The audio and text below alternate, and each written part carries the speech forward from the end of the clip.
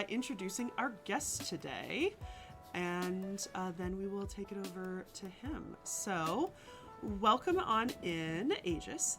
Aegis is a health teacher, kinesiologist. I was really thinking about this if I was going to pronounce that right. And wellness advocate. After dropping out of high school to begin working, he joined the military, and after an injury, he completed a master's in kinesiology, hoping to help others live more active lives. During this time, COVID hit, and in its first months, he suffered a serious case, including blood clots, one of which caused a brain embolism. With significant physical and occupational therapy, he made a nearly complete recovery and decided he would go back to get a teaching degree. He also decided to begin live streaming health and wellness lessons as a way to bring these lessons to more people and to explore ways to improve virtual education. He chose to use the vehicle of VTubing, an option that allows for an engaging, unique way to interact with the material and reach new audiences. His educational content is focused on young adults and millennials who may not have received quality health education on topics covering nutrition, seasonal health and safety, sleep hygiene, mental well-being, social media, mental health first aid, suicide prevention, and more. He also streams a variety of game content, humor, and casual discussion. He works with the Knowledge Fellowship Committee and runs the monthly TKF seminar series, interviewing other educational streamers about their work. So welcome on in, Mr. Aejis. Thank you so much for joining us today. Thank you. I'm so happy to be here. I appreciate the opportunity. Absolutely. And it's our last guest lecture for the season 3, our 2025 season of MelissainDeNile guest lecture series. So we're very happy to have our last guest and get ready for our next season starting up around March or so. So again, everyone, please use the channel points for lecture questions. We're going to do like a presentation, but it is going to be a discussion. We are going to kind of talk around everything, and then there will be a little bit more discussion at the very end. So I hopefully will have, your PowerPoint has popped up. So you can get started whenever you are ready. Well, thank you so much, and welcome everyone. I appreciate you all being here, and I thank you in advance for your time and attention. My name is Mr. Aegis, as we were informed earlier, and I am a VTuber. That's what I do primarily on my streams. Some of the art and fan art that has been produced of me, I guess, my character. A lot of VTubers play a character. This is just sort of just me. I play myself, which maybe I'm a little boring. I don't know. I think I'm great. But I do what I like to call a virtual classroom. It's a little bit different from what other VTubers and even other educational VTubers do. I treat this as a real classroom. We do what I would consider real full lessons like I would teach in a regular class, skills-based health in a way that would meet the national standards, trying to teach in the way that I would in a class, because not everyone gets good health education, especially right now. It's a very challenging time for health teachers, as you might imagine. As we were informed, I am a health teacher. I have a master's in kinesiology, which is the science of human movement and how that affects our health and well-being.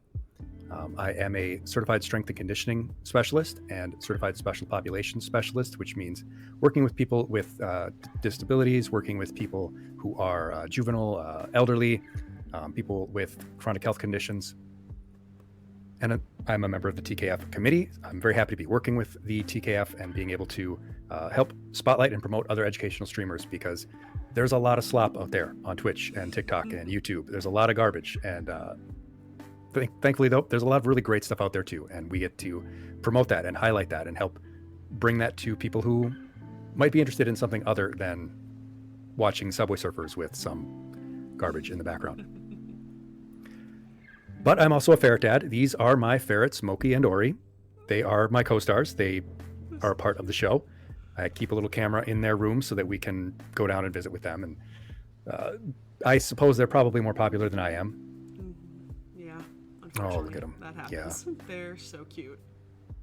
God. They're just adorable and totally evil. But that's what we love about them. Absolutely mischievous and devious. But before I even get into the lesson part, we're going to take 3 deep breaths together. Oh my God, I need to do this. I always do a breathing exercise before every lesson, before every stream. And all I ask is that people take 3 deep breaths with me. 3 deep breaths. That's all it takes. So to do this exercise, we sit up nice and straight. We relax ourselves, unclench your whatever's clenched, roll your shoulders back a bit. And then I want you to take one hand or paw or claw or talon or tentacle or hoof, whatever it is that you have on the end of some limb, and you put it over your chest, right over your breastbone. And then you take another hand or paw or claw or talon, tentacle, hoof, tail, foot, whatever you have on the end of some other limb, and you put it over your diaphragm. And then I want you to feel both of those spots, because we're going to pull the air down deep into the diaphragm, because that's where our lungs have more surface area. You see they're kind of shaped like pyramids.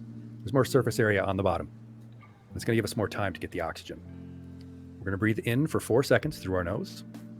We're going to hold it gently for 5 seconds. And we're going to exhale slowly through the mouth for 6 seconds. Now we're going to wait for the little pink ball to go back around one more time. When it hits to the top, that's when we'll start on this little GIF, because it's GIF and not GIF. And in the dark green sections where we'll breathe in, white's when we breathe out, or hold, and then light green is where we exhale. So get yourself ready. Just 3 deep breaths. It'll take less than 1 minute. All right. Here we go. Ready? Breathe in. 2, 3, 4, and hold it.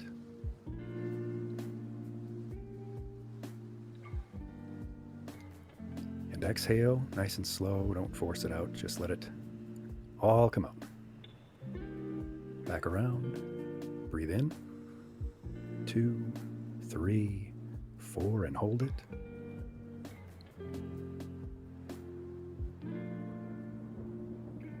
And exhale all the way out. One more time. Breathe in. 2, 3, 4, and hold it.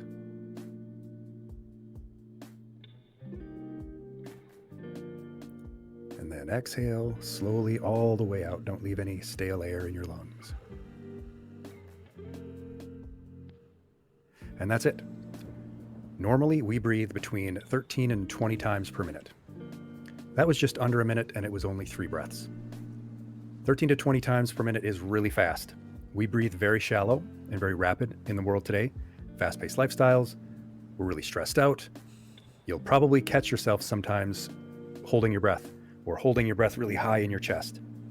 That leaves us more physiologically susceptible to stress and anxiety. You are more physically likely to experience stress and panic simply because of how we breathe. So I always do this exercise before every lesson or stream, because it's just that important. Maybe the easiest, simplest way that you can bring your blood pressure down, bring your heart rate down, reduce your stress and anxiety. And as was asked, a very good question, why hold? The holding does give your lungs more time to actually get the oxygen out and to exchange the carbon dioxide. Box breathing is really good. I like this one in particular because the extra hold gives you a little bit more time. And this type of exercise, 4, 5, 7, 4, 6, 8, whatever, where there's that one hold in the middle, seems to have really good results for concentration and memory. So this is one that I like to do before, say, a test or an interview, anything that might stress you out, something that you can do in advance of something that might cause you to be stressed or anxious. So try to do that. Try to incorporate that into your daily life. Just 60 seconds in the morning. Let me know how you feel. Very hysterically, I learned about that on Tumblr when I was very young, but not for that reason. I learned that if you did that over and over again, you could lucid dream. And so I tried it for a really long time and it never worked. I just actually would go to sleep. So now that is what I do when I desperately cannot sleep. Like my brain cannot stop working, is I have to do that over and over again. But I was really hoping I would be able to learn how to lucid dream. So someone gaslit you into a healthier breathing habit. Fantastic. Absolutely gaslit me into that. Absolutely. Some person on Tumblr messed up with my childhood of trying to teach myself. Positive trolling. It always makes me really laugh. Good. Yeah. Simple as that. Simple breathing exercise. So now we can get into our lesson proper, and we are going to be talking about supplements, because what's old is new. There is nothing new under the sun. Someone wrote that a long time ago, and they probably ripped it off from someone else. Yeah, fact and fiction. What's good? What's bad? What's really ugly out there? Because there's some ugly out there, and we're going to talk about that. Mm-hmm. But why is this important? Why are we talking about this? Well, there's always been an industry in terms of non-medical cures, potions, tonics, so on. And you could do an entire stream on just the history of snake oil if you wanted to. But for now, we're just going to focus on the present day and some connections to the past. As it stands, it's a $200 billion industry, supplements in just the US. Projected to be well over $300 billion by the end of this decade. As you might imagine, COVID definitely had something to do with that skyrocket. An increased desire to self-manage our health. Healthcare costs are skyrocketing. That number is only going to increase. Some estimates put it currently that there are over 90,000 different supplements on the market in the English-speaking world. And currently, 4 out of 5 Americans take some kind of supplement. They take something, whether it's a multivitamin or something more exotic. And that's about $500 a year per person. And while vitamins make up a major section of that, almost a third, a lot of spending is also done on herbs and botanicals, meal replacement, a lot of sports-related nutrition. And that's over $1 billion being spent in advertising by the supplement industry. Increasingly concerningly, though, 1 in 3 adolescents are taking some kind of supplement right now. This doesn't even take into consideration all of the stealth advertising that we'll also talk on. But suffice it to say, this is a pretty big deal, and the global supplement industry is right now bigger than the global publishing industry. Wow. It's big business. So the key word there is business. Its purpose is to make money. And so it has every incentive to lie, to omit facts, to fudge the numbers in order to do so. And it's able to do this because there are hardly any regulations. The FDA is the Food and Drug Administration. It regulates food and drugs, and in the US, supplements are considered in between. They're not considered food, and they're not considered drugs. So the amount of regulation, the amount of control that the government has on these kinds of products is very minimal. I could go on about the problems in the industry, but I'll just use this example to illustrate. In New York, the Attorney General ran an investigation on supplement retailers, and they checked out GNC, Target, Walgreens, and Walmart. And 4 out of 5 of the products on their supplement shelves did not contain any of the herbs that were listed on their labels. Oh no.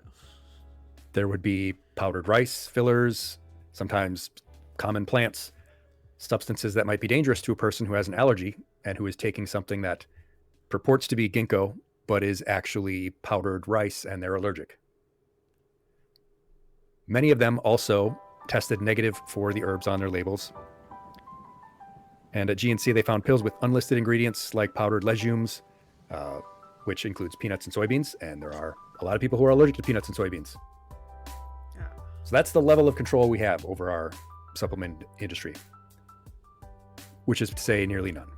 Yeah. Technically, there is oversight. But in 2017, the FDA inspected 656 facilities. Over half of them had some kind of violation. Over half of them. If you went into a supplement store in 2017, you had a 50% chance of getting something that you didn't think you were getting, putting something into your body that you were not aware. Yeah. Isn't that criminal? It should be. Yeah. In That's a the civilized society, that would be criminal.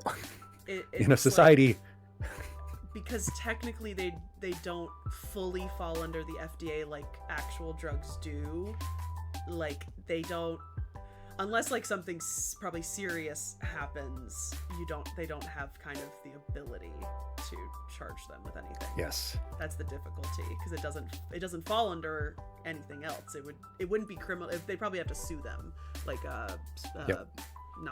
not criminally. I can't think of the word for it, but Yeah. non-criminal. It would be a civil, false advertising type of thing rather than some kind of criminal. which is Yes, not the exactly. same and doesn't hold as much power in some cases. Civil cases, unfortunately, sometimes don't. Yep. Most of those violations were for failure to establish purity, strength, or composition, which seems like the most important 3 things that you should have. Purity, meaning that it isn't contaminated by anything. Mm-hmm. Strength, meaning that it has at least the amount of whatever is in it that you claim. Yeah. And composition, that it is what you claim it would be. I also don't like how all three of those are put together, because I feel like I feel like composition is like worse than the others, and so because it covers all three, I'm like, okay, but which one is the problem? Like, it could be full of pure... you were convicted of murder and carjacking, or murder and or carjacking. Well, which one? Which or one? Both? Yeah, I don't like how all three of those are getting put together. And as has been kind of touched on, action is only taken after the product comes to market and does whatever harm has been done. And because there are very little advertising regulations, you can claim just about anything you want. You can say whatever you want about your product, as long as you don't say that it treats or cures a disease. As long as you don't say that taking this drug will cure your diabetes, you can say that it will totally relieve your diabetes. You can't say that it cures it. You can't say that it's going to be the treatment. You can say that it gives you all kinds of other benefits, as long as you avoid that. Yeah. So there are all kinds of issues with supply chain. They don't track the ingredients very well. Sometimes the ingredients are coming from questionable laboratories. The quality control can be very poor. There can be contamination from the assembly and packaging. Lots of problems, but that doesn't mean that it's all bad. I mean, half of them at least were good, right? Well, at least half of them had the things they claimed. Are those things good? Well, we'll find out. But what is a supplement? Well, let me start with the standard disclaimer. I'm not a medical doctor. My experience is in health and fitness. I've had certifications from various organizations relating to sports medicine, the International Sports Sciences Federation, NSCA, ASCM, those kinds of things. I've worked in the health industry. I've worked in the supplement industry. I teach health. We'll be talking about these issues, and I want you to use your own discretion. And if you have specific concerns, the common refrain will be that you should consult your physician. If you're not sure how something applies to you, that's going to be the standard disclaimer. But we're going to start off with a little groundwork. What is a supplement? Well, it can be a vitamin, it can be mineral, it can be enzymes, amino acids, herbs. It can be anything that is additional that might be missing or insufficient in your food or drink. Why do people supplement? Why do people take these drugs, which are drugs, but just not called drugs? A lot of reasons. Some people take them because they do have an illness or condition that it does help with or purports to help with. Some people who are on certain diets, who are, say, gluten-free, who are vegan or vegetarian, who have certain religious diets, who don't get certain nutrients, they supplement. A lot of people who do exercise and sports, athletes, supplement in many ways. Someone might have specific goals. They hear that a certain supplement will help their hair grow shinier, so they, take a supplement for it. The big one, though, is trends and fads and hype. That's going to be a big reason why a lot of people take supplements, because they hear that it's really good for you. And people are willing to make a lot of claims to get those dollars. There's a lot of ways to promote a supplement. Sometimes it's fairly easy. You find a nutrient that's pretty well known, that we already know that we need. It's already accepted to be beneficial. Vitamin C, everyone already knows vitamin C is good. You're supposed to get vitamin C. It's pretty easy to sell. It kind of sells itself. One of the things that you need to be aware of, though, is that the wording on a lot of these supplements is very specific, which is to say it's actually not specific at all. It's very vague. But you will see things like clinically proven. Ask yourself, which clinic? Clinically proven to reduce weight and improve lean mass ratio. Well, clinically proven how much? 0.0001%? Okay, well, it's clinically proven. Is that worth anything? So it'll say free of certain ingredients. Well, does that matter? Is it good that it's free of those things? Is it bad? Are those things bad to have? You'll see a lot of seals. You'll see a lot of logos planted on there, different guarantees. Do those mean anything? Is this a real organization that is giving in their stamp of approval? This word right here, boosts. And this word right here, supports. That's really vague. How is it boosting? How is it supporting? What is it actually doing? Bioavailable. What does that mean? I don't know. Does this need to be bioavailable. Is this better? Is it worse? Is it just making the product cost twice as much? Yeah, what's the sample size? What was the study like? Supplements can very much be a scam. This is one of my favorites. Super celery powder. Celery powder got really big, blew up out of nowhere for some reason, and then crashed again. It's like that character in Morrowind, Terra Hill. I don't know. Somebody will correct me on that. Supports healthy digestion. How? It's celery. Does it have some compound in it that's good for that? Do I need to get it from celery, or can I just take that one compound? Can I take that one mineral? Detoxify and cleanse. We'll talk about that more specifically later. Yeah. I like this one too. Smiling, professional looking woman, Neuro HD, get more done, enhance your brain health, enhance daily function, boost memory and focus, sharpen alertness and energy. Seems like it's doing a lot of stuff for you, but this is all very vague language. What is it actually accomplishing? Joint support. Studies show you need 500 to 2,000 milligrams of turmeric extract per day. For what? It's a very wide To range. do what? Who said? Who says that I need that? Everyone? Everyone of a certain age?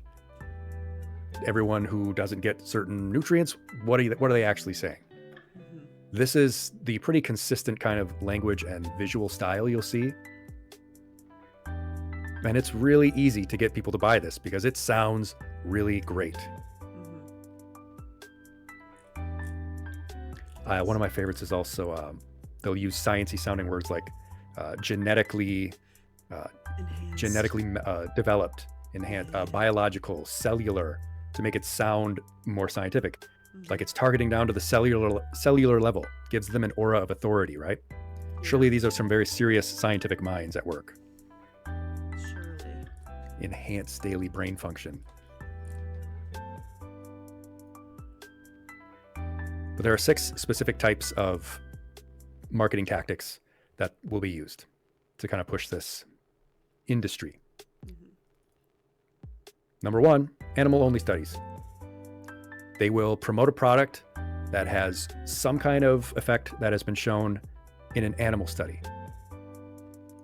It works on rats. It improves blood flow in the brain in rats.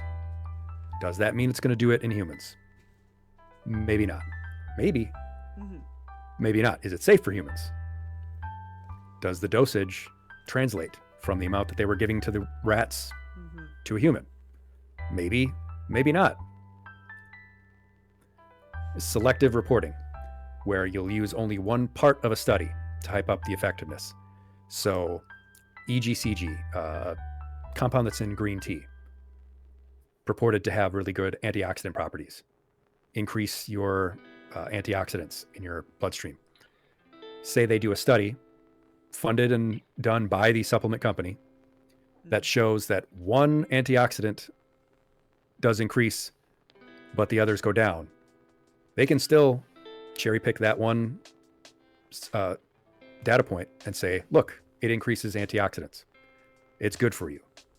They selectively picked out one positive thing and can market that as, look at what we're clinically proven to do.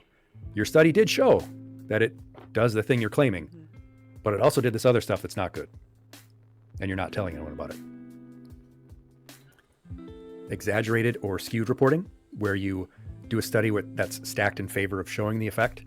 So you want to show that your supplement boosts energy over placebo. Well, if you have a bunch of people in your study who are tired and hungry, and you give them a supplement that you say is an energy supplement that has all of these herbs that, people say are going to boost your energy, but it's also got caffeine and sugar. Yeah, it's going to increase your energy. It's got caffeine and sugar. We know that caffeine and sugar do that. It's pretty well established. You've stacked the deck in favor of your product. Yeah. Testimonials and anecdotes. Obviously, a lot of these are pushed by celebrities, influencers. You're going to see your favorite celebrity pushing this product, or a washed up celebrity in many cases. It's going to be some 80s star saying, I can't believe how young I feel. It'll be the person that came to mind was Goldie Hawn, and I don't want to pick on Goldie Hawn because I don't think she does this, but for some reason that popped in my head. But like, you'll see a Goldie Hawn, like, this supplement makes me feel younger than ever. I've never felt this good. I've never had so much energy. Well, why am I trusting Goldie Hawn? I think it's probably because I feel like she's done something that is a very similar vein, but it's a makeup thing, like about like a wrinkle-free something. Like, I feel like that is two very parallel things for like older women, like in Hollywood, is that like you either go on a supplement or some sort of exercise that, like, I mean, literally like the jazzercise tapes of the day. Or like there's like who is it? It's Jennifer Aniston and the Olay wrinkle cream or something. Like, it's always, I feel like they're weirdly similar even though they're different. It's just the taking somebody that is older and then trying to modify them either by health or by aesthetic like looks. I see if Goldie Hawn is makeup, probably. If she hasn't done a supplement one, she's definitely done a makeup one or a hair one. Yeah, like an Annette Funicello or like somebody in that vein. I feel like that's, the Thigh Master type stuff. Gwyneth Paltrow does it's either like thing, and I don't know what it is. Oh, the Goop. We can spend. Goop's a whole lecture. There could be a whole lecture just on Goop. Goop. But I think somebody did a video. It was probably like JonTron or somebody, and I could never be that thorough. But yeah, testimonials and anecdotes, you'll hear a lot of that. It worked for me, so it should work for you. Extrapolation and interpretation, where you can just assume that if you take more of the supplement, you'll get bigger results. We took this herb and it decreased the length of our cold. Well, it decreased the length of the cold in the animal that we were studying because we were taking 50 milligrams, and it decreased it by, an hour. Well, if you take 500 milligrams, it should be reduced by 10 hours. Not necessarily true. That's not how the body works. Yeah. And the last one, the big one, single study results. Yeah. One study result. You get one result from one study and you say that's proof. It works. It's clinically proven. Also not how science works. It needs to be distributed and replicable. Studies have to be able to be replicated. You have to be able to do them again and again and get the same result. You don't know if it was a fluke. You don't know if your sample size was 10 people and all 10 of those people just happen to be some of the people that it works for, and it doesn't work for the rest of 90% of the population. So these 6 are pretty consistently what you will see across the supplement industry. Thank you. The study could be poorly designed. Yeah, God. The study could just be bad. That's unfortunately how a lot of science is done right now too. And unfortunately, the other thing is a lot of people, you can't go and check the study. Like, even if the study is online, it might be behind a paywall, or it's just not available. Like, they'll claim it, they'll put a name there somewhere, and then you're like, but I can't go read it? So, is it real? Like, are you just putting... I think the other thing that you said earlier was that the supplement company themselves funding the study, which, like, you don't know how to prove that, but it probably is what's happening. Yeah, and if you can't read the full study yourself, you're not going to be able to get to read the disclosures that say such and such was actually funded by whoever. Yeah.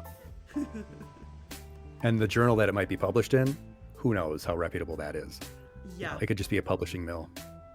Yeah, and we've seen that with all my people know about the pseudo-archaeology that happened a couple months ago, and supposedly the journal that was it published in, you could publish it within 24 hours of submitting it. So yeah, that's a more fields than just the health system in some cases, which is crazy. A lot of that, because I mean, scientists, they are susceptible to the same kinds of pressures that everyone else is. And I think I was just talking to Nerduino in the most recent seminar, talking about there was someone hyping up a potential near-Earth impact with an asteroid. And I was like, but then I read that the astronomer they were talking to is pretty notorious for making these wild claims about near-Earth objects.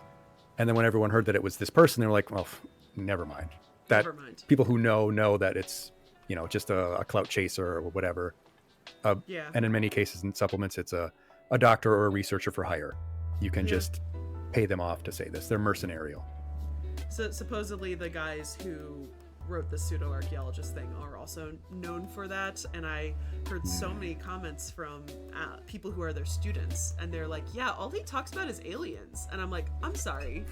That what? And I was like, give me all the tea, because they also weren't even reputable enough that you could really even search who they were. Like, you couldn't, I had their name, but I couldn't really find other things that they had done or if people had talked about them. But apparently in certain circles, it was well known that this guy was like a UFOologist, which to even say UFOologist is not even a real science. It's just crazy. But yeah. I see the chat. I see the dentist stuff. Yeah, the 9 out of 10. And it's like, yeah, the ingredient that they're talking about. Yeah, 9 out of 10 dentists say you should have a fluoride toothpaste. They're not saying that this toothpaste is better than every other toothpaste. They're just saying that this toothpaste has the same ingredient that they want all toothpastes to have. But that's how they can manipulate. That's how you can lie with statistics. 9 out of 10 would recommend this. Well, they recommend it over nothing. It's like, yeah, better than nothing. Please brush your teeth. Please. Yep. You can go watch my full lesson on dental health. And I do talk about some of the reasons why our teeth are not considered real bones, which is great. We love that in American healthcare. I might have to watch that, but I also might rage quit, because everybody knows I have the worst teeth and the worst luck with teeth. And one of my big things that's so annoying is every time I'm at the dentist's office and they tell me I have a cavity or I need a root canal or a crown, I sit there and I think, how come when we go and dig up ancient bodies, their teeth are one of the only things that are preserved, and my teeth are horrible? And I know kind of why, because I know genetics. My mom has bad teeth, and I know that I did not take care of my teeth when I was younger enough. But it makes no sense, and it annoys the crap out of me. And I also think dentist is a scam. There's a really cool TikToker named Alex Falcone, who's a comedian, and he has been lately doing a series on TikTok called Is It a Scam? Yup. And it's everything that is a scam. And he did one recently about the dental industry, and I sent it to my mom, and I was like, this, because I've been feeling like I've been scammed for years. Yeah, I mean, of course, it goes back to money. The fact that they're not considered like real bones, and it's not considered healthcare. But I mean, that's why barbers were the ones pulling teeth. That's a whole thing. We can talk about that later. But God. However, there's still reasons that we want supplements. There's a reason that demand hasn't ceased since the first quack opened their first snake oil shack. I'll talk about snake oil later. But we could do just a whole segment on just quack medicine and an entire segment on alternative medicine in the modern age. But there's always going to be a demand. There's always going to be an industry to fill that demand. Whether it's something that works, I don't know. You could be selling Stimutax, and yeah, it works. It does the thing that Stormy told the rest of the crew of C-Lab that it does. Of course, it also drove them completely insane. People want to be healthier. They want to feel healthier. They may know that they now don't have the best diet or be active enough.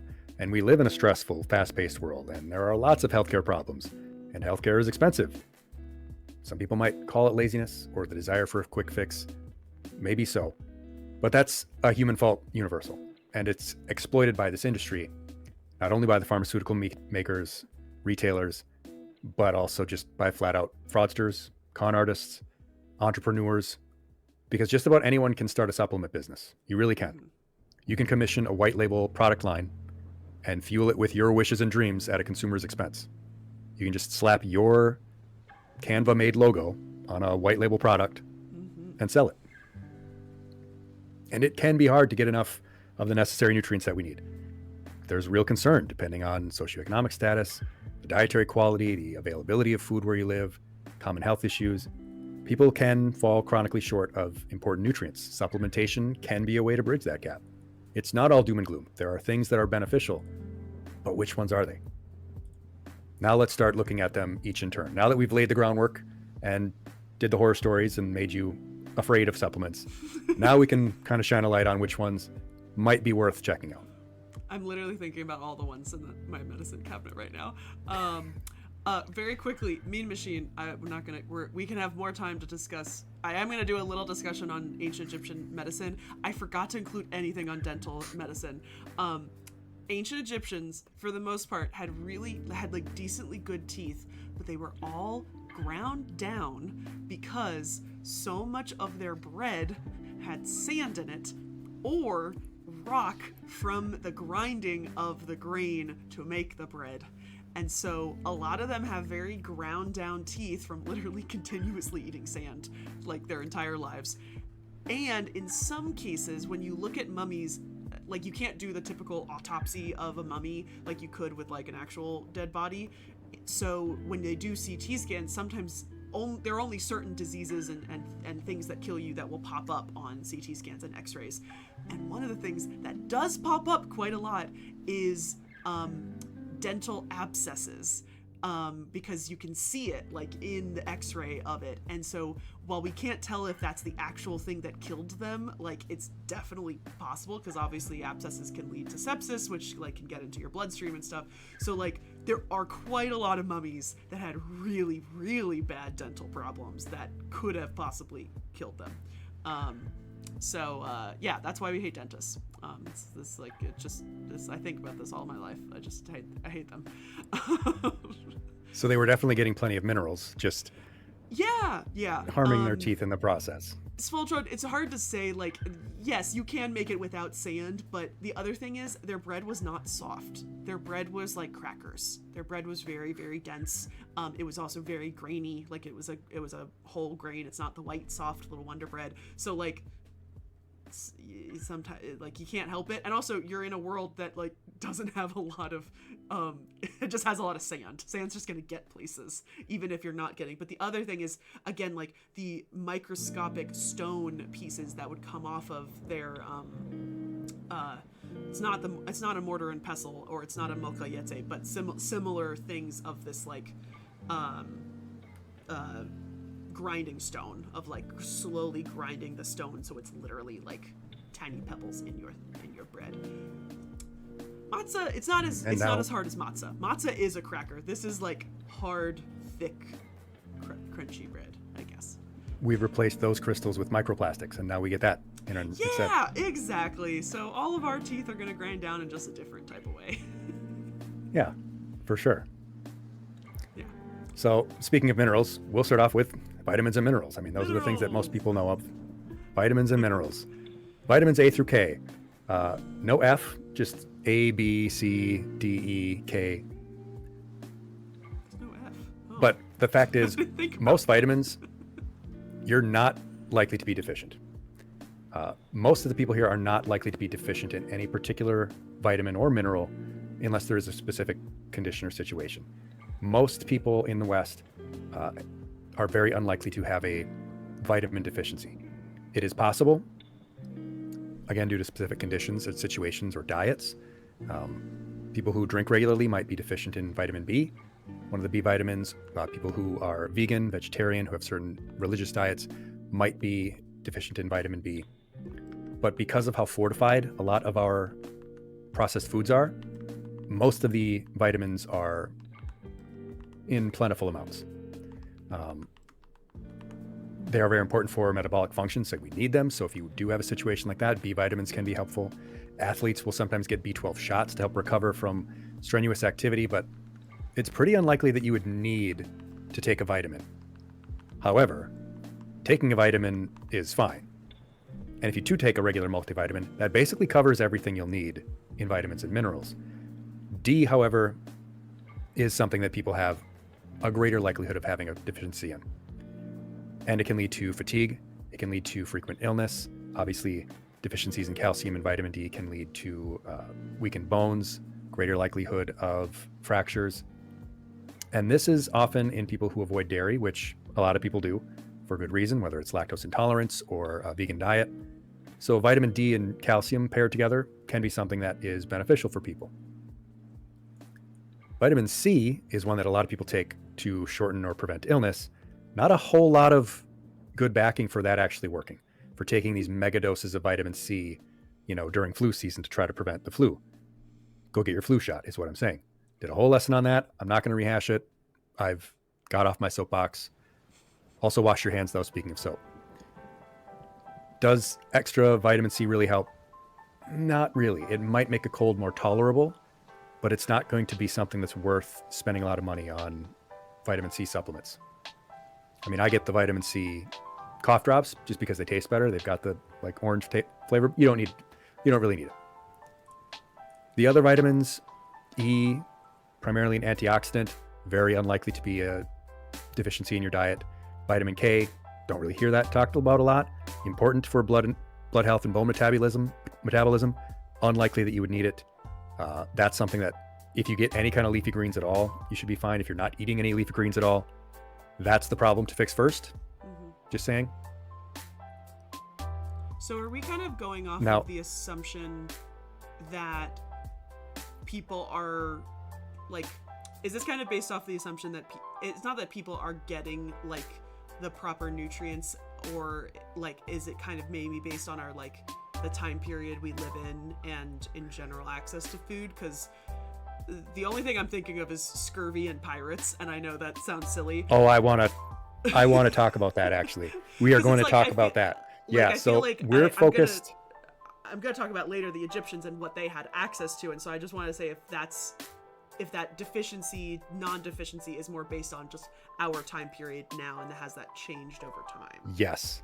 Okay. So right now in the West, it's unlikely that you're going to be deficient in one of these vitamins and minerals. Got it. That has changed. It's like, hand washing. We live in one of the few times and places in the world where you're probably within 10 meters of being able to wash your hands with clean running water. It's unlikely that we're right now deficient in any vitamin or mineral. That is not the norm in society throughout history. And there's a reason why we have this desire or this belief that we must be deficient in something, because for millennia, we have been. We'd struggled with, do we have enough of this food source, of this food type? I mean, that's one of the reasons why people will develop pica, is that they actually have this urge because they're not getting, the right minerals. So if you're out there right now wondering, do I need a multivitamin? Am I deficient in, do I need more vitamin C because, I'm getting sick? It's unlikely. It's possible, but you should be judicious and think, is there some way that I can fit this into my diet nutrition first? Because there are things you can be deficient in, specifically minerals. Vitamins, less likely, but minerals, while vitamins are organic, minerals are inorganic. They didn't come from a living source. They're iron, zinc, calcium, metals. Still essential though. This is a partial list of the minerals that we need. Most of these, again, we get in sufficient amount. I mean, people drink Powerades and they get way more of the electrolytes than they really need. But I want to talk about three in particular that we get deficient in and that the ancients would get deficient in. Number one being iron. Iron deficiency is actually more common in the US than other mineral deficiencies.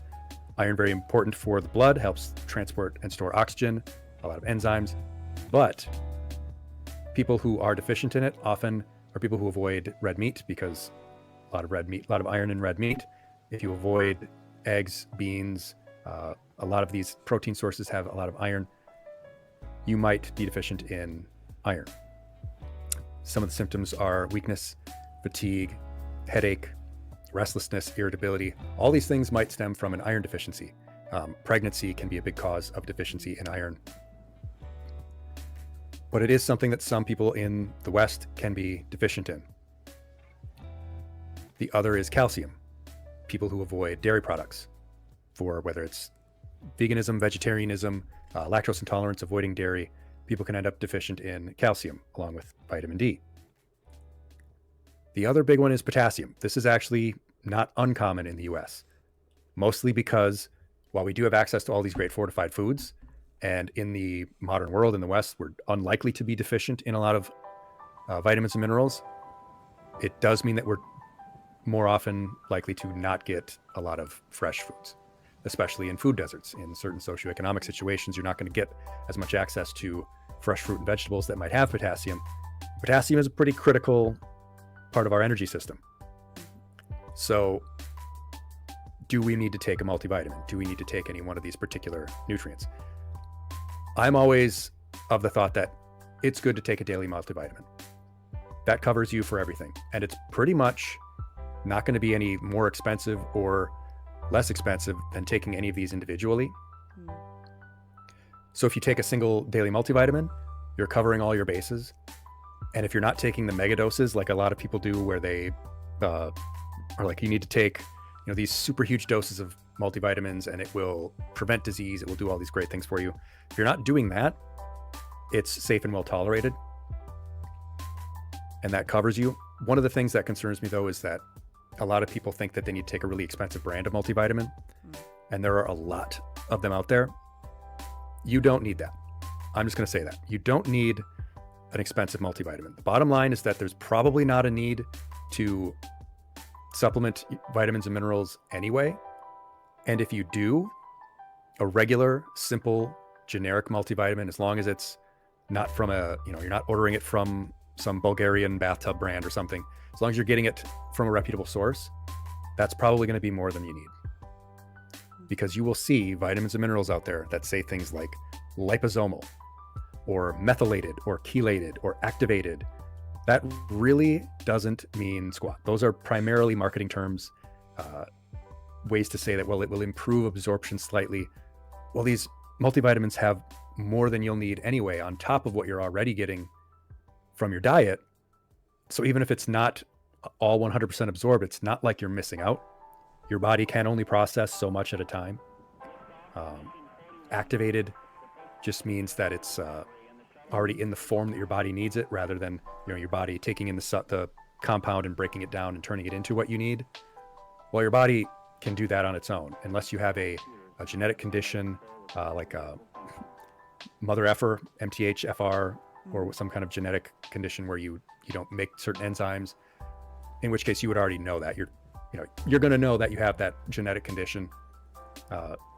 Things that say that they are food-based or whole-based multivitamins. It's like with the vaccine, or like a flu vaccine.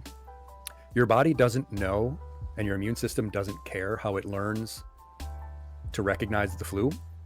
Your body doesn't know or care whether the vitamin A that you got was synthesized or whether they got it from, extraction from a carrot or something. It's vitamin A to your body. It's going to break it down the same way. Liposomal just means that it's like encased in a lipid particle. Really, is that really going to make a big difference? Not really. Even the timed release and like sustained released ones, so that they gradually release through the day, aren't going to make a huge difference. Really, the only sort of type of vitamin, specific type, that can make a significant difference is the type of formulation, like for seniors or for kids or something. Ones that say extra vitamin D and calcium for people who are pregnant or something like that. That can be sensible, tailored to your need.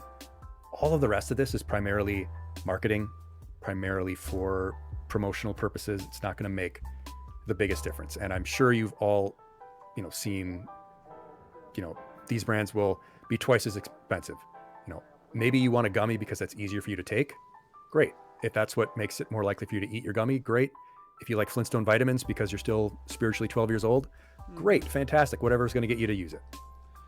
Does that include men's and women's vitamins? Are those typically actually, because somebody literally just said like they're the same? Yeah, you can, in some cases they do have very little difference. But if you like actually look and compare and see like, well, one has a lot more iron and it's formulated for active women or something like that. Okay, now you can actually see there's a difference. But there's an example where you need to look at the ingredients. Got it. Because have you ever, maybe how you go to like a store and you see like two razors and one is pink and it's marketed towards women and it costs $1 extra than a razor. Yep. Sometimes that's the case with these multivitamins where it's promoted to women versus men, and it's the literal exact same product, just with a different price. If you see that there is actually a difference, and one of these multivitamins does have extra of a particular thing or less of a particular thing that people don't need as much of, then it's worthwhile. Otherwise, sometimes it is just that. It's the what the gender tax, I think they Yeah. refer to it as. Yeah, the gender tax. Okay. Somebody's literally said that before, and I was like, "Oh, I have a daily multivitamin that's for women," and I'm like, Yes. I should check. I also think Most of the very time, the funny- reputable brands, they're good at that. I also think it was funny that you said about the vitamin C, because I'm literally doing that right now. I'm taking a vitamin C gummy. It's the thing is, I was trying to take a different gummy that I've taken before when it's one of those things that's like, oh, you think you have a cold, take these, and they're not just vitamin C. But I went to the pharmacy and they didn't have them, and so I just bought vitamin C gummies. It's definitely not doing what the other thing did. But I could not believe that you said that, because I was like, oh shit, that's what I'm doing right now, because I've been feeling. They're good though. They're so good. They taste delicious. They're good. And so I'm just gonna, and I will say, like, I don't get, like, I am not the best at eating fruit all the time, and so, like, I'm like, if this is gonna get me a little bit of vitamin C if I forget to have fruit for a couple days, I'll take it. They taste good. So yeah, and you do need it. It's still good Yeah. for you. It's just the research doesn't show that it's gonna like reduce the severity or prevent cold and flu. But man, the marketing has been great, because we'll get to scurvy in actually the very next slide. I'm so excited. Because that is one of our historical parallels, right? It's how we got to this stage. There's a reason we take supplements. We've, throughout history, observed problems that we have physically, and we observe the effect that different foods have on us, and we draw these conclusions. People would treat night blindness with liver. I don't know why, but they observed that people who ate more liver didn't have these issues, or if they started eating a lot of liver, their night blindness would get better. And so they draw the conclusion, reasonably, naturally, that, well, this does something. We don't know why it's liver. They didn't understand that liver has lots of vitamin A. People started treating scurvy with citrus, not really understanding why, but it worked. They made an observation, the crudest scientific method. You observe something happening, you note how that is changed by some action you take, and you draw your conclusions. John Hawkins, the British sailor, was one of the first who noticed that his sailors who would eat citrus would either not get scurvy or would recover. He didn't understand why. In fact, he was right for the wrong reasons, in that he thought it was because of hygiene and cleanliness, which was also ahead of its time. True, yeah, that is the problem probably, but not necessarily this. He thought that was like helping to cleanse that. Didn't understand what vitamin C was, but people didn't listen to him. People didn't listen to him that these observations were true and that citrus was preventing scurvy. And that's kind of how we get to this point where we believe that it's got to be some deficiency that's causing a problem. In some cases it is, but we actually observing, from start to finish, I have this problem, I take this food, this drink, this whatever, the problem resolves, and then I draw the conclusion that it must be this. But in the ancient times, or in even a couple hundred years ago, it's like scurvy and citrus, this becomes mythologized. And so people sort of ascribe either supernatural properties or some kind of greater, deeper significance to it. And that, there's something special about citrus, not just the fact that it has some food compound in it that helps us. But it's not just scurvy and citrus. There's a lot that's happened. Yeah. Solftrode says you can't have too much vitamin C, and I will just tell you this one very silly story about myself where I love clementines, like little baby cuties, and there was one time in high school that I ate a lot of cuties, and I suddenly was like, is there the opposite of scurvy? Is there something where you can get too much vitamin C? And I wonder how much vitamin C that is. And I did look it up. I don't know what the name of it is. There is literally something where you get too much vitamin C, it could give you a heart attack. And then I did some Googling about how many clementines I had to eat for potentially getting anywhere close to that.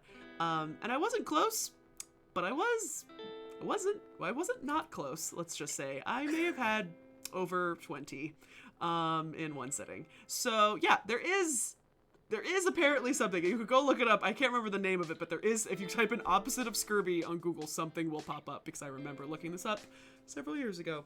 But I'm sure it's extremely high, and I'm sure none of those clementines would have killed me. But apparently there is something. I just can't remember. It's like, I don't know. I can't think of the name of it. But if that happened in the ancient times, someone might have observed that and said, "Oh my God, she ate 25 clementines and died. That must be, you can't eat that many clementines. You will die." Eat that many clementines. Absolutely. Yeah, and who knows? Maybe. And then that would become mythologized, and then there would be, there would be mythological properties associated with the clementine. That the hubris. You can't eat too much of this. The gods will strike you down. Exactly. Yeah, I mean, and because citrus at the time was sort of a luxury in many cases, because you got to go to places where those grow. Yeah. Maybe it would be that, the gods have struck you down for your hubris. How dare you eat this much of this delicacy? Absolutely. I can absolutely see that happening. It's in many ways how myths happen. And the other one that I want to touch on is seaweed, because seaweed has also been taken as a supplement, essentially, because seaweed is very high in iodine. And iodine is something that people might, if you're deficient in, you might develop a goiter. So people have made the observation, well, people who are given seaweed to help treat these goiters, it works. So there's this mythological property of there must be something special about this plant grown in the sea, when it's just that it's iodine in there. But they didn't know that at the time. But through ancient Greece, in China, even in Roman physicians would use seaweed, and even burnt sea sponges. They would use these as remedies for goiter, not having any knowledge of iodine, but just making these sort of simple pseudo semi-scientific observations, realizing that these are effective. Long before people knew what vitamins were, we've considered that there were certain foods that could restore our vitality or cleanse what's been wrong with us. So that's our historical tie to these vitamins and minerals, this belief that there must be something we're deficient in that's causing this imbalance, this problem in us. And sometimes it's true. We just don't necessarily know what it is, and we get exploited by people who claim to know exactly what it is. That is a good question. Does iodine and salt count as a supplement? Yeah, we would count that as it's something we're enriching a food with. We put iodine and salt, just like we enrich food, our cereals with fiber and vitamins, which in many ways is the reason why a lot of us are not deficient. Because I will still have Captain Crunch and watch Saturday morning cartoons because I'm still spiritually 12 years old. Absolutely, I have a box of Fruit Loops in my closet, in my pantry. Yeah, it is all about sushi now. The next category I want to get into is enzymes and probiotics, which are really big right now because gut health is really big. A lot of news and research people are talking about is the second brain in the stomach, gut health, your gut flora, improving your gut health with enzymes and probiotics. But is this actually important? Is this actually necessary? Do we need supplemental enzymes and probiotics in our diet? Well, what an enzyme is it's a protein that doesn't actually, it does things on its own, but what it does primarily is it's a facilitator. It catalyzes reactions for other compounds we take. These bind to substrates, help break them up into different products that we need, like catalase, lipase, amylase. You may have heard these terms. We don't really think about them as much as nutrients like we think of vitamins and minerals, but extremely important. Are they necessary? Not necessarily. In situations like people who are lactose intolerant, they may not be getting any of the dietary benefits from dairy products. They may lack an enzyme that helps them to break that down. Supplementing with different enzymes might help. But these are really overhyped.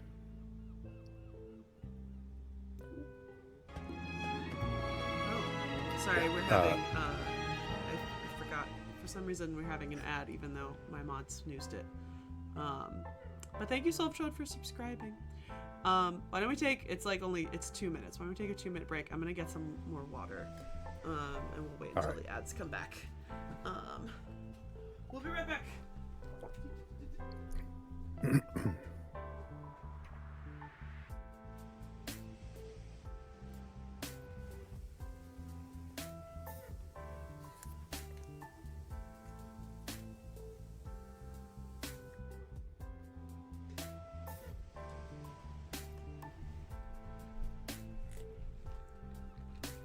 I know. I thought I saw, Alex. I saw you snooze it, and then I saw it go away, and I was like, "Wait, wait a second. What's a second?"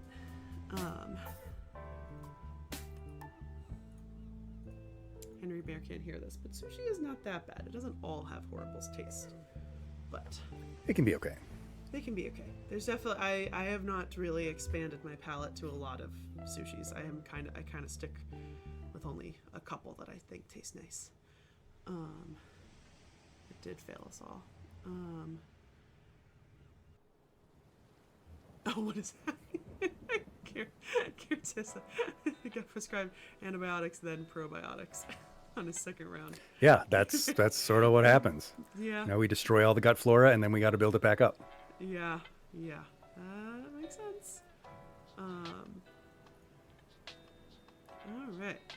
48 seconds, and then we'll be back. I always forget to switch my ads to not be 3 minutes for streams or guest streams, and I completely forget every time.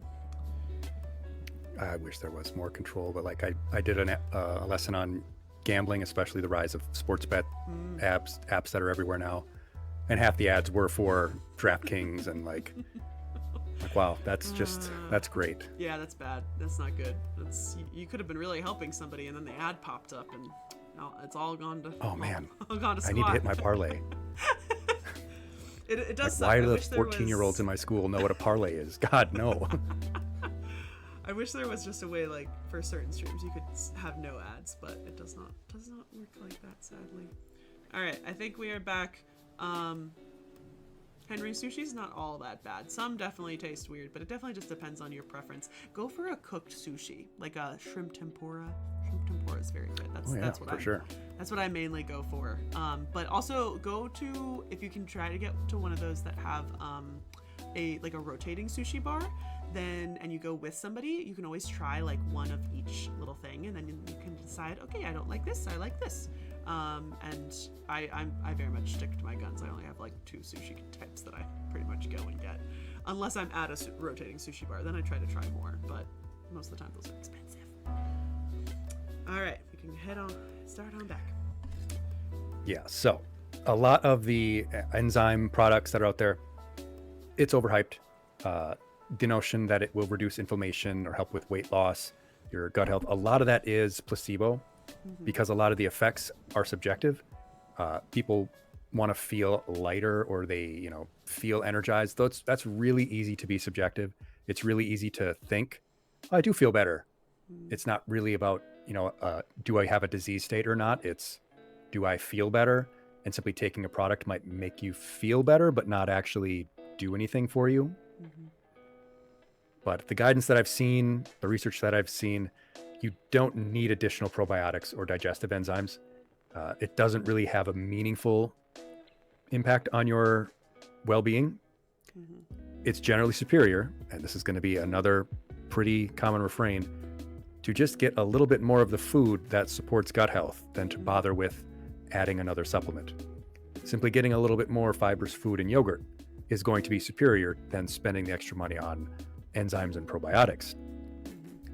Now, that's not always going to be the case, because there might be a specific condition. Someone might have IBS or Crohn's or another specific gut health condition where your physician might tell you, yeah, this is going to be beneficial. In that case, your physician is telling you that. Great. Listen to them. They're going to hopefully not steer you wrong. But the other, probiotics, the things in yogurts that we hear about, a lot of Yoplait commercials, Dannon, all those telling you, you need these probiotics. You don't really need anything more. If you're just having occasional yogurt or milk or dairy, you're probably going to have plenty. The truth is that there really isn't a lot of great research saying you need this. And if you do have lactose intolerance, then yes, you can get supplemental enzymes that will help you break down dairy, or you can get lactose-free dairy sources. And then in that case, maybe a dietary supplement that gives you those microorganisms without having to take dairy, then that'll help. I think one of the biggest reasons why enzymes and probiotics are so big right now is because of the all-natural kick that everyone's on. Mm-hmm. It's really easy to say, this is an all-natural food product. It's a part of eating better, part of eating fresher.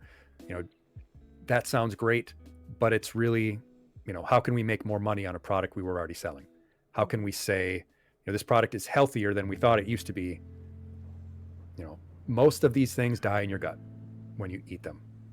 The benefits will be temporary, and there's, a billion strains of these different bacteria. Which ones are going to be good? Which ones are necessary? Which ones aren't? It's really hard to say. And the benefits, again, can be very subjective. So instead of spending extra money on a supplement, just try to add a little bit more of these foods. And it doesn't necessarily have to be yogurt or some kind of fermented food. But fermented foods, speaking of that, to get us to our historical parallels, fermented foods are a pretty big deal in ancient cultures and in societies around the world throughout history because of the belief that they contain life force, as it's put in some of them. Mm-hmm. Kimchi, yogurt, beer even, have been used to treat conditions, have been used as tonics. It's believed that fermentation somehow distills the essence of these compounds of these foods, and that they can improve your health because they're restoring your life force. And modern gut health culture is basically repackaging this same idea that you can restore balance by eating these kinds of foods. If you look at kimchi in particular, used as a folk treatment throughout Asia, and it makes sense. The ingredients are cabbage, garlic, ginger. And when you ferment these foods, they're going to be pretty high in certain vitamins and minerals, probiotics. So these do have positive benefits. It's just this classic sort of mythologicalization, or however you would say that word, that has sort of brought it into, wow, this must be something special and different, when it's really just, it's eating more of a good food. And kimchi is good food. I've not tried it. And honestly, it's not because of fermentation, it's because of the vinegar.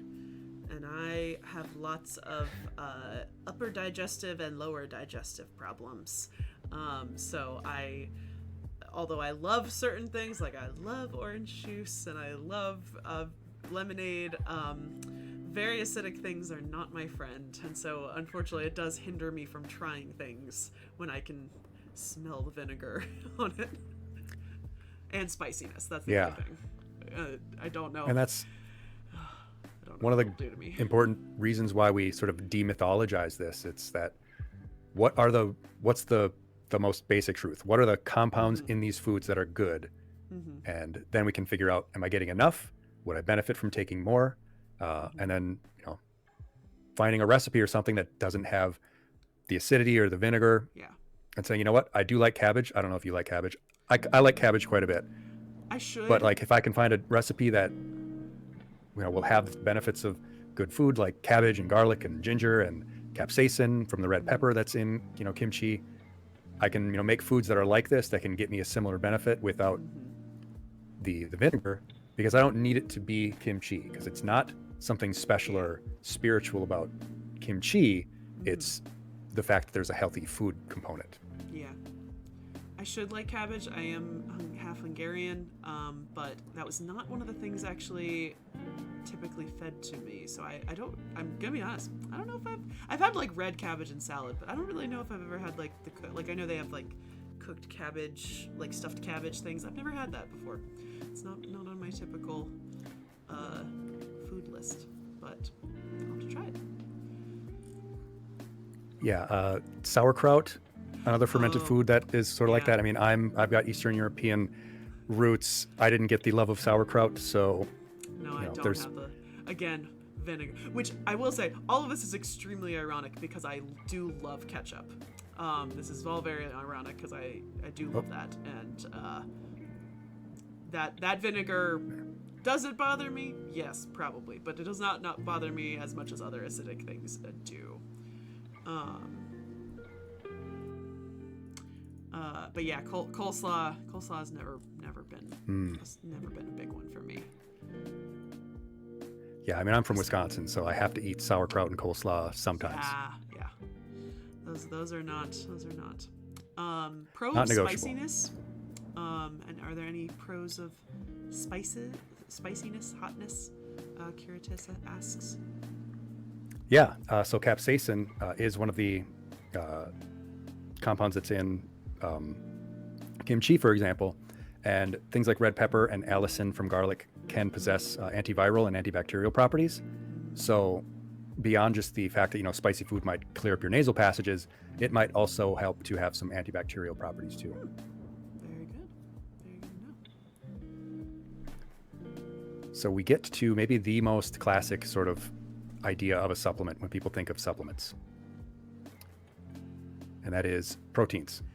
People think of supplements, they think athletes and protein. They think, That's the thing now. a big tub of protein from some lunkhead.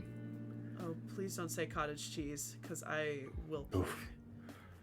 That's like my entire TikTok feed is all of the cottage cheese recipes, and there's a TikTok user who will find a lot of these recipes and then try them, and he's very honest, and it's really nice. And he literally is like, I can't do any cottage cheese ones anymore. I can't do it. No matter how it tastes afterwards, I can't do it. And so now he's like, every time he watches a protein video, like a protein brownie or something, and it's not cottage cheese, he goes, not cottage cheese, as he's like making it. And I'm like, yes, this is perfect. Because if I look at cottage cheese, I will puke. Like, genuinely, I will puke. Is his name Liam? Is it like the I don't know what his name is. the I can't think of it. the 70s type of recipes where, or no, that's like the Jello with the hot dogs and stuff in it. Oh, like similar. Oh God, I hate those. What is it called? It's called There's a word for it it starts with an S. But yeah, no Jellos. I also hate Jello, but that's a saying. The Midwestern Mom is also great. She does all the Jellos and the salads that are not salads, that are all like either gelatin or mayo. It was. But she makes good God, videos. yeah. No, I hate to say it, a lot of these videos about cottage cheese are not old. They are new things, because I have found that there are trends. I've seen a lot about probiotics and stuff, and the unfortunate thing is so my brother has ulcerative colitis, and my whole entire family kind of have all digestive problems, but not nearly as bad as he is. And so my mom, in trying to help him, then has tried to help all of us, and so I've taken probiotics very randomly, and I'm like, this doesn't seem like it's doing anything, and so I'm like, okay, it's fine. Aspic, that's what I was thinking of. Aspic salads. They're so gross. But the newest trend, the biggest trend that I've been seeing so recently, as I've really tried to get better with my food personally, is cottage cheese is the way to get apparently the most protein without using protein powder, or sometimes using protein powder and adding the protein powder into it, but blending up it and adding it into egg cups, or and I literally can't even think about purchasing it and bringing it into my home, because it is the most disgusting. Does that come with a gas mask? I can't. Does it come with a free gas mask to mix the protein powder with cottage cheese? I have generally a pretty good stomach, and really blood doesn't make me feel none of that stuff. That looks like vomit, and that is the one thing that my stomach is not subtle on, and I can't. Also seems like it would be the texture of vomit too. It's so gross. It's everyone blends it because they're like, it's great, and it's just let's taste it. It's not it totally doesn't taste like cottage cheese. I'm picturing it, and it in my head it looks like someone is making fake vomit for a movie set. No, I mean, Diet Green, there you go, that's fake vomit. Yeah. No, it is if you haven't seen it, you're lucky. I've only seemed to not start seeing them now. I've seen other things that will increase your protein. That's not cottage cheese, because every recipe I'm trying new recipes, I'm like, cottage cheese, nope, never mind, swipe away. Mm-hmm. Yeah. No, I was thinking like the 70s, and like Richard Nixon's daily diet was like his breakfast would be a deviled egg with ketchup, cottage cheese, Yeah. and like a I sausage. think it's genuinely crazy when I see people who just eat straight And a glass of cottage milk. cheese. Like at least you're blending it up and doing something else. But the amount of I have seen people that are like, I just love cottage cheese. I think my old roommate liked cottage cheese. I'm suddenly realizing I think I blocked that out because I hated it so much. Oh, yeah. So, I mean, protein is good. You do need it. It Yeah. is essential. You do need the amino acids, and amino acids are what make up protein, and that's what your body breaks the protein down into. There are 3 types of amino acids, and you need, number 1, the essentials. These are the ones that are made through food. You need them through food. We don't make enough of them. We don't make them in our body. Mostly we get them through meat because meat contains all 9 of these essential amino acids, but you don't need to eat meat. You can get all 9 essential amino acids from plant products. The exception to this is soy. Soy actually has all 9 essential amino acids, the one plant that will give you all of your full essential amino acids. There are non-essential amino acids where our body makes enough through the rest of the food that we eat. And there are conditional amino acids that we normally make enough, but maybe we're stressed, maybe we're ill lately, where we might not make enough, and it's might be beneficial to get more through food or through supplementation. But there's a common refrain. It's usually not necessary to supplement with proteins or amino acids. The notion that people who are doing physical activity might need more protein, not necessarily true either. If you are doing intense physical exercise, intense physical activity, then maybe you want to talk about protein and amino acid supplementation. And we could spend all day talking about whether it's 1 gram of protein per kilogram of body weight, 2 grams of protein per half pound of body weight.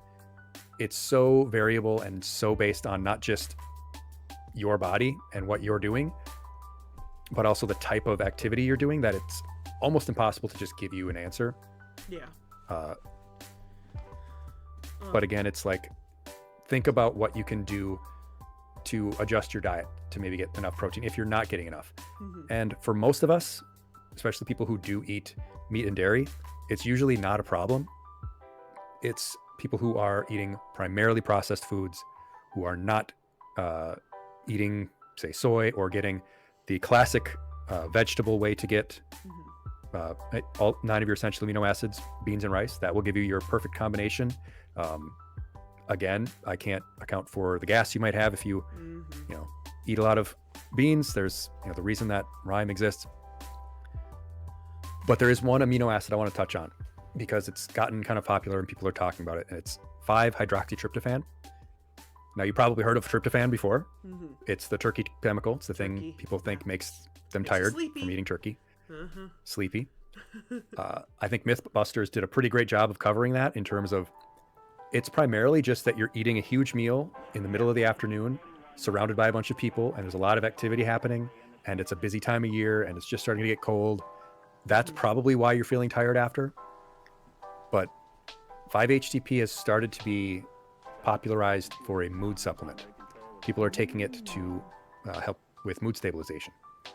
There is some evidence that it does this, but it's also something that can be dangerous because it has a potential interaction with psychiatric medication. So people may take this thinking it will help improve their mood, but then it can have a bad interaction with, say, an SSRI that they're taking. So that, taking a protein supplement, taking a protein powder, it's not going to hurt you. You're probably not going to need it, because if you think you're working out intensely enough where my muscles are breaking down, I'm not getting enough protein, you're almost certainly not working out hard enough to need extra protein. And if you were, have an extra serving of rice and beans at dinner, that's going to be way cheaper and easier than buying a $30 tub of protein that tastes like ass and might make you nauseous, or might be difficult for you because of they're usually made with whey or casein protein, and that can be hard for people who have trouble with lactase. But the amino acids, those can be, at least in terms of 5-HTP, something to be concerned about. Think about anything that purports to impact mood as a supplement, and we'll talk about St. John's wort in a bit, be very wary of those because you don't know how it might interact with other medications that you're taking. Is 5-HTP, do you know if that's in grapefruit? Because I have heard if you... 5-HTP is take not an the thing I think that's in SSRI, grapefruit. a friend of mine told me that they couldn't have grapefruit because they were on an SSRI, and I was like, oh, grapefruit very fascinating. and SSRIs,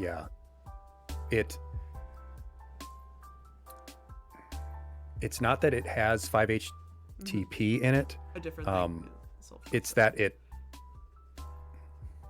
helps to break it down faster or more potently. I'm forgetting myself, but it's not that it has any mood properties. It just makes the SSRI or the sertraline or whatever you're taking much more powerful. Well, not much more powerful, but enough more powerful that it could cause a problem. But it can also have that effect on other medications too, besides psychiatric ones. Just a random connection, because I remember somebody telling me that, and I was like, whoa, that's a very random fact. An important fun very fact to know. True and important to remember, because foods can also impact your medications. Supplements can impact your medications, and people will be compelled by these marketing, gimmicks to, well, this will help me with this issue that I have. I have diabetes, I'm taking medication for it, but this supplement says it'll, help with it too. And now they're taking 2 compounds that are having an effect on their blood sugar, and they wonder why, oh my God, my blood sugar crashed. Well, so you're taking 2 different things that are both having an effect on your, your A1C. Yeah, and there's a chance that because its supplements are not regulated, that they won't have a warning, like, if you're taking this, don't take this, which your medications should say, but also might not say the exact same thing that's in the supplement. Yeah, and the supplement might not even have the thing in it that it says it has. It has something else entirely. Very true. I was really glad that was the other one that I want to... Because I thought that was cottage cheese. Yeah, it's not cottage cheese. I was like, it looks like cottage cheese. Cottage cheese and beans. Cottage cheese and beans, probably not. Sounds like the worst thing ever. I'm so glad that was rice. The other thing that's similar, not necessarily protein, but it is amino acid related, and that's collagen, which is another big thing that people are taking a lot of now. Collagen is a structural matrix. It is a protein. It helps to build the foundation of our joints and your hair and your skin and your nails. So collagen is a big deal for supplement industry right now, and for cosmetics. For cosmetic companies putting out collagen products, whether they're topical or internal. Your body makes collagen on its own from other nutrients, zinc and vitamin C. So it's another area where you could simply just be eating more of the foods that are good for these purposes. But collagen makes up all of your joints, and it's the most abundant protein in the body. So, hey, it makes sense that if you're having trouble with these areas, extra collagen might help.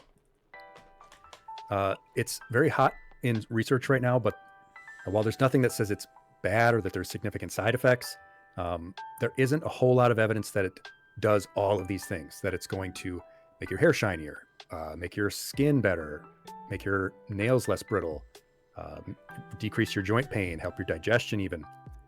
But there is some evidence for skin elasticity. That's the one thing that it does seem to point out in the research, that it can help your skin elasticity, make your skin a little less, brittle's not the word, but you know what I mean. It may help with a more youthful appearance for skin.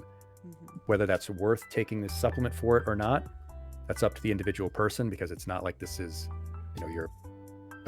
your desperate, health and wellness. This is, an aesthetic thing, which is really important. I mean, I like to look pretty, but a lot of these studies for these products have even more conflicts of interest than what we've been talking about before, because now you've got the cosmetic industry involved as well. They are very big into funding and promoting and doing studies that will show their product to work. And it's pretty easy to fudge those studies and say, look, our study showed that this person's skin felt better. Well, the person feels like their skin feels better. It's subjective. But the quote that I saw from the assessment that sticks with me is, well-designed, randomized controlled trials are still needed to validate any of these claims. And when there aren't any randomized controlled trials validating the claims, you can pretty safely dismiss them. Glucosamine, though, is huge. Everyone that I know of who's older is taking glucosamine. A lot of athletes are taking glucosamine because it does make a lot of claims, and some of them are actually pretty good. Glucosamine in some of the studies does seem to have pretty moderate positive benefits on your joint health, mobility, flexibility, pain in particular, which is again subjective, so it's harder to say for certain, but it does seem to be pretty well above placebo. The thing with glucosamine, though, while this is one of the supplements that I will say possibly worth checking out if you do have issues with joint health, mobility, inflammation, these kinds of issues, it comes in a lot of different forms. It comes in different combinations. It comes in capsules or pills or tablets or drops, powders. So the one thing I want to make certain first is that usually it comes in either glucosamine sulfate or glucosamine hydrochloride. Glucosamine sulfate is the one that you're going to want to take as opposed to hydrochloride. That's the one that seems to have the positive benefit. Sometimes it comes in conjunction with magnesium or magnesium methyl sulfate magnesium. I'm not a chemist. Fluorine, boron, N2 is probably would help me with that. But take the glucosamine sulfate if you are interested. But this is something that takes time to work. This is not something that you're going to take for a month and feel better. This takes 6 months or more to build up. Wow. But for that benefit, it does seem to have pretty good effect. So if you have a long-term joint issue, people who have long-term stiff joints, chronic pain in their fingers, their knees, their elbows, their shoulders, this is one that I've seen people actually recommend. But if you do have things like chronic pain or arthritis, you're probably talking with your doctor. You're probably already working with your physician. So you have the opportunity to ask your doctor, hey, might glucosamine work for me? Is there some reason that I should avoid it? And glucosamine is usually sourced from seafood sources, shellfish. So be very wary of allergy reactions as well. But the bottom line with glucosamine, when it's taken as part of a plan, I'm going to take this for a period of time. I'm going to do, physical therapy or occupational therapy, or, do flexibility, do movement, I'm going to improve my diet. Yes, there's a good chance that it could have a positive effect. Some of your parents, I don't know how old your parents might be or how old you are out there, they might be taking glucosamine right now. And Silvatrode, the pharmacist, you've probably seen a lot of people buying glucosamine supplements. I can pretty safely say that. Also, Silvatrode, I didn't realize you were a pharmacist. We gotta. I don't know. I don't talk about my work as much, but if you guys don't know, one of the museums I work at is a historic pharmacy, which I probably will bring up in a little bit because there's some. My brain's been stewing from a completely different brain, non-ancient Egypt brain, as we've been talking and thinking of snake oil and stuff like that. Yeah, and when we're talking about historical parallels, plenty to talk about with protein and amino acids, because the concept of strong food in the past, people believing that foods that were strong, that came from animals that were really strong, would make you strong. The whole idea of consuming something. I mean, if we can just go to Indiana Jones and eating a heart or something like that give you courage or whatever. What's interesting, I think, is that the most ancient Greek athletes, when the Olympics were first starting, they didn't actually eat much red meat. They ate very little meat at all. It was primarily barley, bread, legumes, and cheese. But these were still considered strong foods. As the Olympics progressed, things actually got really codified, and there was specific diets that they would eat. Anankophagia, if I'm pronouncing that right, I don't know. I don't speak Greek. I don't speak Greek either. You're fine. But they would actually have prescribed diets, and there was an increase in the amount of meat that they were eating because they started to realize, these people are engaging in really strenuous physical activity, and if they're eating more meat, it seems like they're recovering more. It seems like they're stronger. So what I find interesting, we get back to the mythologizing of it, right? Mm-hmm. They made an observation that people were engaged in a particular activity. If they consumed a particular product, they had this particular effect. But they mythologized it with, well, if boxers eat bull meat, they'll be stronger at fighting. If wrestlers eat more pork, I don't really understand that connection, but maybe the pig wrestling, I don't know. But runners consuming goat, they would actually eat different animals based on the sport they were playing. And this was a prescribed diet that would be given to them by their trainers. This is very interesting. I've never heard this before, but I don't know anything about Greek history, so wild. I don't know the wrestlers in the pork. I don't know. I don't know. Maybe they're slippery because they're also like, I think it's not just I was gonna say, it's not. Don't think of normal pigs. Think of wild pigs and how. Remember Beard says, I know a lot about wild pigs because when I played Assassin's Creed Odyssey, a wild pig punted me off a cliff. So there you go. I feel like that actually kind of makes sense because they are very scary and very fierce, and they're not the cute little pink pigs that we see. They're the ones with the 40 to 60 feral hogs, if you all out there know that reference. Yeah. I also have to bring up, if you don't know about this medicine, I think this is also a good one to include in the protein, and this is a more recent historical reference. Have you ever heard of Valentine's meat juice? Oh God, no. That sounds terrifying and amazing. So Valentine's meat juice, I feel bad. I don't know as much about it as I probably should for it literally being in my museum. But Valentine's meat juice is literally essentially meat juice. It's literally, I don't know what types of meat or if it was regulated in that, but it was a huge fad in like probably, I'm trying to think if it's early 1900s. I might look it up. But we have it, and it's in these very, very pretty little teardrop glass bottles. And we have one at our museum. Oh, of course. And the very weird, completely interesting thing is that the Valentine family are from Richmond, Virginia, and there is something called the Valentine Museum now, which is the kind of their family museum. And while one brother created Valentine's meat juice, another brother became a famous painter and sculptor, and may have been one of the main dudes to make a ton of bad men in the Civil War statues that have graced our lovely South.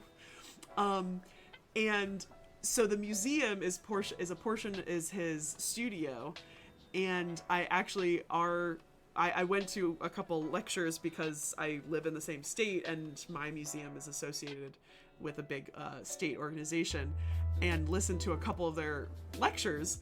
And we're actually all my work friends, we're all going down to the museum next month to go and see their new section where they're talking about the lost cause of the South and how they are now like reinterpreting it through his sculptures and stuff. But it's just so weird that it's the same guy who also made the Valentine's meat juice, which we talk about in our apothecary museum. Yeah. So I definitely think you should look into it because it's very weird. I'm gonna look up what time period it is because I know it's vaguely late 1800s. But yeah, I think it's also it's a very good for your protein for your protein thing. Yeah, you're getting a lot of protein from the meat juices. I don't know how. I mean, it's not. It can't. I don't know how fit you'll be after eating it or consuming it. Yeah.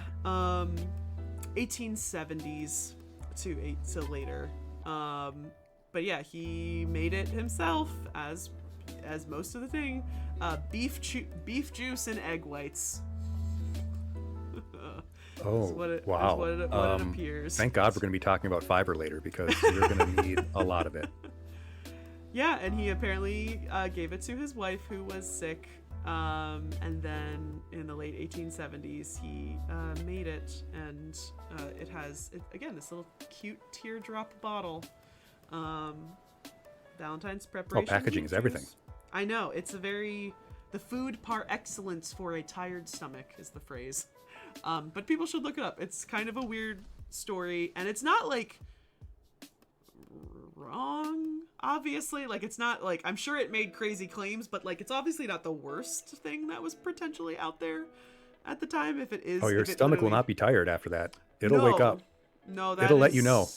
Yeah, it will let you know that that is definitely it. But yeah, definitely look that one I think up. that's actually a pretty good point, because these protein powders now and products that purport to give you a lot of protein, it's sort of an industrialized version of this idea, this oncophagia, that there's this prescription you can take to simply be stronger.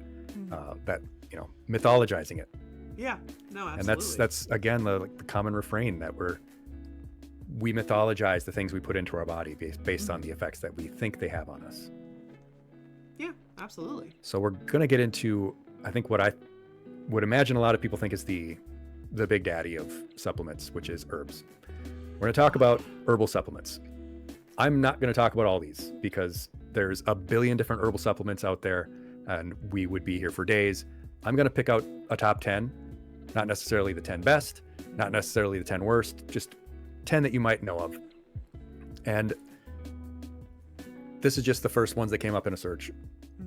But a lot of herbal supplements claim to be adaptogens, which is, it means that people believe they have an effect on your stress, that they help you respond to stress. They might have antioxidant properties, things like that.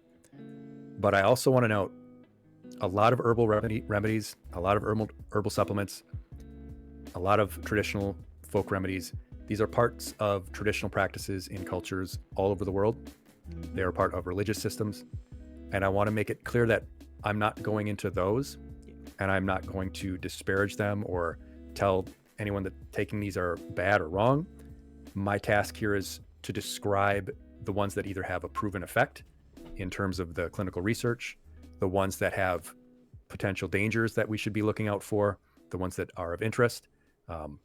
Some of these have significant anecdotal support, and some of them do have biases against them because they're a part of traditional Chinese medicine or traditional Ayurvedic medicine, and they simply haven't been studied as much as they should. And some of these may have the benefits that they purport, and we just don't know that yet. Ashwagandha, for example, significant herb in Ayurvedic medicine, and there is some support for this having an effect on anxiety and inflammation, but we just don't have enough clinical support for me to recommend it. So I want to make that disclaimer first, that there is nothing wrong with taking these supplements if you believe that they're going to have an effect for you, just to be aware and be judicious and thoughtful, and to make sure that they're not going to have a negative outcome for you. Yep, absolutely. A lot of these that you're going to see are going to be advertised like this. Some doctor, or maybe not, or someone who just paid to have the word doctor at the front of their name, is going to have some compilation of different products, one of which might have good benefits, one of it which might have harmful side effects, the rest of which might do nothing. But they'll tell you this will improve your circulation and give you vein support, whatever that's supposed to mean. Make sure your veins don't burst. Make sure your veins don't burst. What does that mean? Which, who knows, one of these might do that to you. Yeah, who knows? What does vein support mean? It doesn't make any sense. So yeah, you would have to look into each of these, 7 herbs: deosmin, butcher's broom, horse chestnut, hesperidine, rutin, grapeseed, pine bark, and decide, well, do any of these have any positive benefit? Do any of these have any potential drawbacks? Well, thankfully, this guy's done all the research for you, and he can tell you this is good to go. You'll take this. Andrew Lessman. Yeah. Who knows? Might not even be a real person. This could be an AI generated picture. I was going to say, it's either AI generated or some stock photo for some poor struggling actor who just needs a paycheck. Another great piece of marketing, 100% solar. What does that mean? I didn't even read that. What does 100% solar mean? For a supplement. That guy went to the sun and got all these. He went to the sun for us. Yeah. He prayed to Ra, and Ra gifted him Ra gifted him all this it was like knowledge. chiropractic. It came to him in a dream. Oh my god, yeah. Jeez I don't know, Louise. but It's we're crazy. gonna pick a This is top so- 10 that so might be interesting. The first is ginseng, because I think ginseng might be the oldest herbal supplement that people are aware of, because it's been used for thousands of years. It really has. In traditional Chinese medicine, it goes back a very long time, and so it's been used for a very long time. And we know that it's pretty well tolerated, so not a whole lot of potential side effects. Something that people can feel pretty comfortable trying and seeing if it works for them. But does it actually work? It makes a lot of claims. Well, it doesn't make claims. People make claims about it. It doesn't have a mind of its own that I know of. But some of the claims include mental clarity, improving immune function, boosting energy. And there's some evidence that it can improve mental clarity a little bit, that it might improve immune function a little bit. But there's different types of ginseng. There's Panax ginseng, there's American ginseng, there's Siberian ginseng. Some of them might do more in mental clarity. Some of them might do more in immune function. Panax ginseng, the ones that are primarily in Asia, tend to improve mental performance a little bit, maybe boost energy a little bit. But it, pretty well tolerated. So is it worth trying? Do you have problems with mental clarity? Is that just long COVID and maybe you should get a little bit more help than taking a supplement? Not for me to say, but one of those that's of great interest because it's been around so long. And my feeling then is, if it's been around so long and people have been taking it for so long, we should have a pretty good idea if it works and how much it works and what the dosage should be and how much you should take at what age. And because we don't really have that, my perspective is that a lot of it is mythologization, or however, again, you would want to pronounce that word. Well, something that, because it is pretty well tolerated, hey, maybe it'll work for you, and something that I would feel comfortable telling someone, sure, give it a shot. But that leads me to what I think is a really important point for supplements, and that's take one thing at a time. If you're going to try a supplement, take it consistently for the dosage that you're supposed to, and document how you feel. A lot of people will just start taking a multivitamin or take a, they heard they should take elderberry or something, and they start taking it. And then after a month or so, they're like, I don't know if I feel any better. Well, do you remember how you felt before? Do you remember how you felt when you started? It's really hard to know if you're not actually keeping track. Yeah. If you're taking something because, you're having trouble sleeping, but you're not really writing down each day, did this help improve my sleep? At the end of the week, you're not really, noting, how was my sleep this week? Do I feel better? What's my energy level like? Then at the end of the month, you don't know if the thing you were taking actually did any benefit. That makes it so much more subjective. And if you were also taking a bunch of other stuff, like, well, I'm going to take some ginseng and I'm going to take elderberry and I'm going to take echinacea. Well, which of those had the effect? Yeah. That's, Exactly. you're kind of, because we don't have such great science on a lot of supplements, if you are taking one of these, you're kind of doing the science yourself. Because the science is supposed to, study one thing at a time. You adjust one variable at a time. Whereas with these supplements, you might be like, well, I'd spend a week, I'm going to increase the dosage now. Okay, well, now we don't really know what the right dosage was for you, because you were changing the dosage. You took it for a week, you stopped taking it, you took it for 2 weeks, you missed a few days. You need to, when trying a supplement, try it for a consistent period of time, try it for a consistent dosage, and note how it actually made you feel and what its effects on your symptoms or whatever it was that you were trying to change or improve was. That, I think, is big for ginseng, because yes, it's well tolerated. Yes, there's some evidence that it works, but do you know that it works for you? Maybe it does, but you were also changing a lot of other variables. Yeah.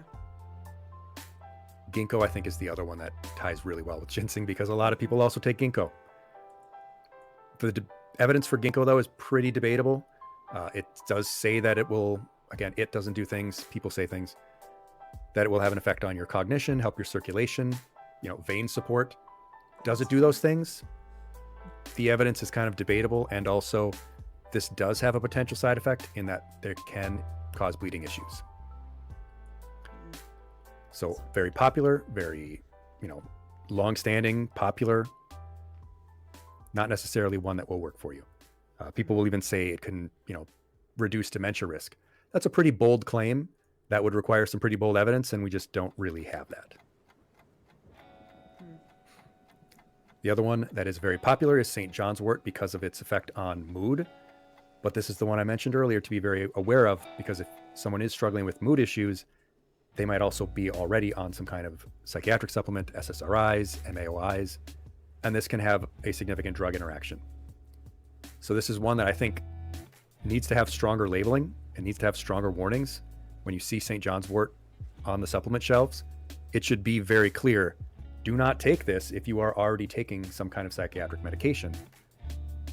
And if you aren't on a psychiatric medication and you are struggling with mood issues such that you think, I need to take a supplement to help with that, I think that your first step needs to be to talk to your physician first. Yeah. Yeah, absolutely. On the other side of that, on the physical health side, is echinacea, because every illness prevention supplement you see includes echinacea. Includes this notion that echinacea will prevent or reduce the severity of common illnesses, the cold and flu. If you take this during flu season, it will reduce or decrease the severity of your flu. Modest evidence for this, that it might work for you, but echinacea is a possible allergen, and adulteration of these supplements means that you're already potentially getting other allergens. So if you have plant allergies, maybe echinacea will help, but it might also just give you bad allergies.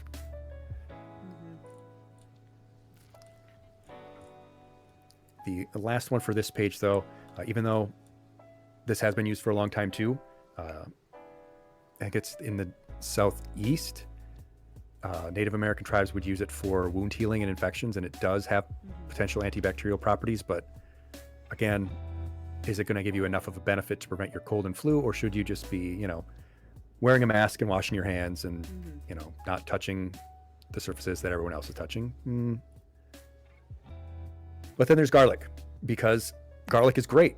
I don't need to take a supplement. I can just put more garlic on my food.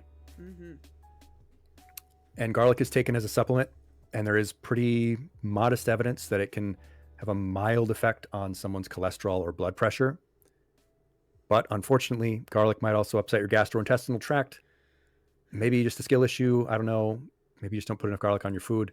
But garlic will not kill vampires. It does not have that kind of effect. Never. Although it is long-standing, traditional, used in ancient Greece. I think it might be used in ancient Egypt. I don't know if... Absolutely. They love their garlic. Absolutely. Yeah. They did love garlic. Well, good taste. Yeah. In, literal terms. Raw garlic can burn your tongue, Florian. Yes. Is a mild antibiotic. Exactly. Yeah. I love garlic. It does not love me. I have the lovely, the reason I've been going on a food health journey is because I have both PCOS and also IBS and GERD. And the lovely thing is all those recommended things that you're supposed to eat for both of those don't overlap for those two lovely conditions. And so they're like, eat more beans and like all these other things. And they're like, don't eat beans. I'm like, yeah, thank you. I've learned that fact. So all the lovely thing. And it's so funny because every time I brought it up to a doctor, I've gotten two very good new doctors. They look at me and they're like, oh yeah, that is kind of true. And I'm like, yeah, great. No one's gonna help me. I was like, nothing's gonna help me. Really damned if you do and damned if you don't in that What's case. a girl gonna do? And the worst part is I freaking love beans. It's like I love kidney beans. Like it's just that's the other worst part is that on top of that, the Venn diagram of the two things I'm not supposed to eat is Melissa loves those things in the center. Peppers, I love peppers, stuffed peppers, all of those things. Can't eat peppers. Just can't. I literally picked out peppers out of a frozen thing to make my dinner tonight because I knew if I eat them, even just a couple of them, they destroy me. It just is like literally And then people will think that you don't like spices. Yes. And like for so long I couldn't handle spice, and now I can handle spice, like taste wise, but everything else is like, no, don't do it. Don't test it.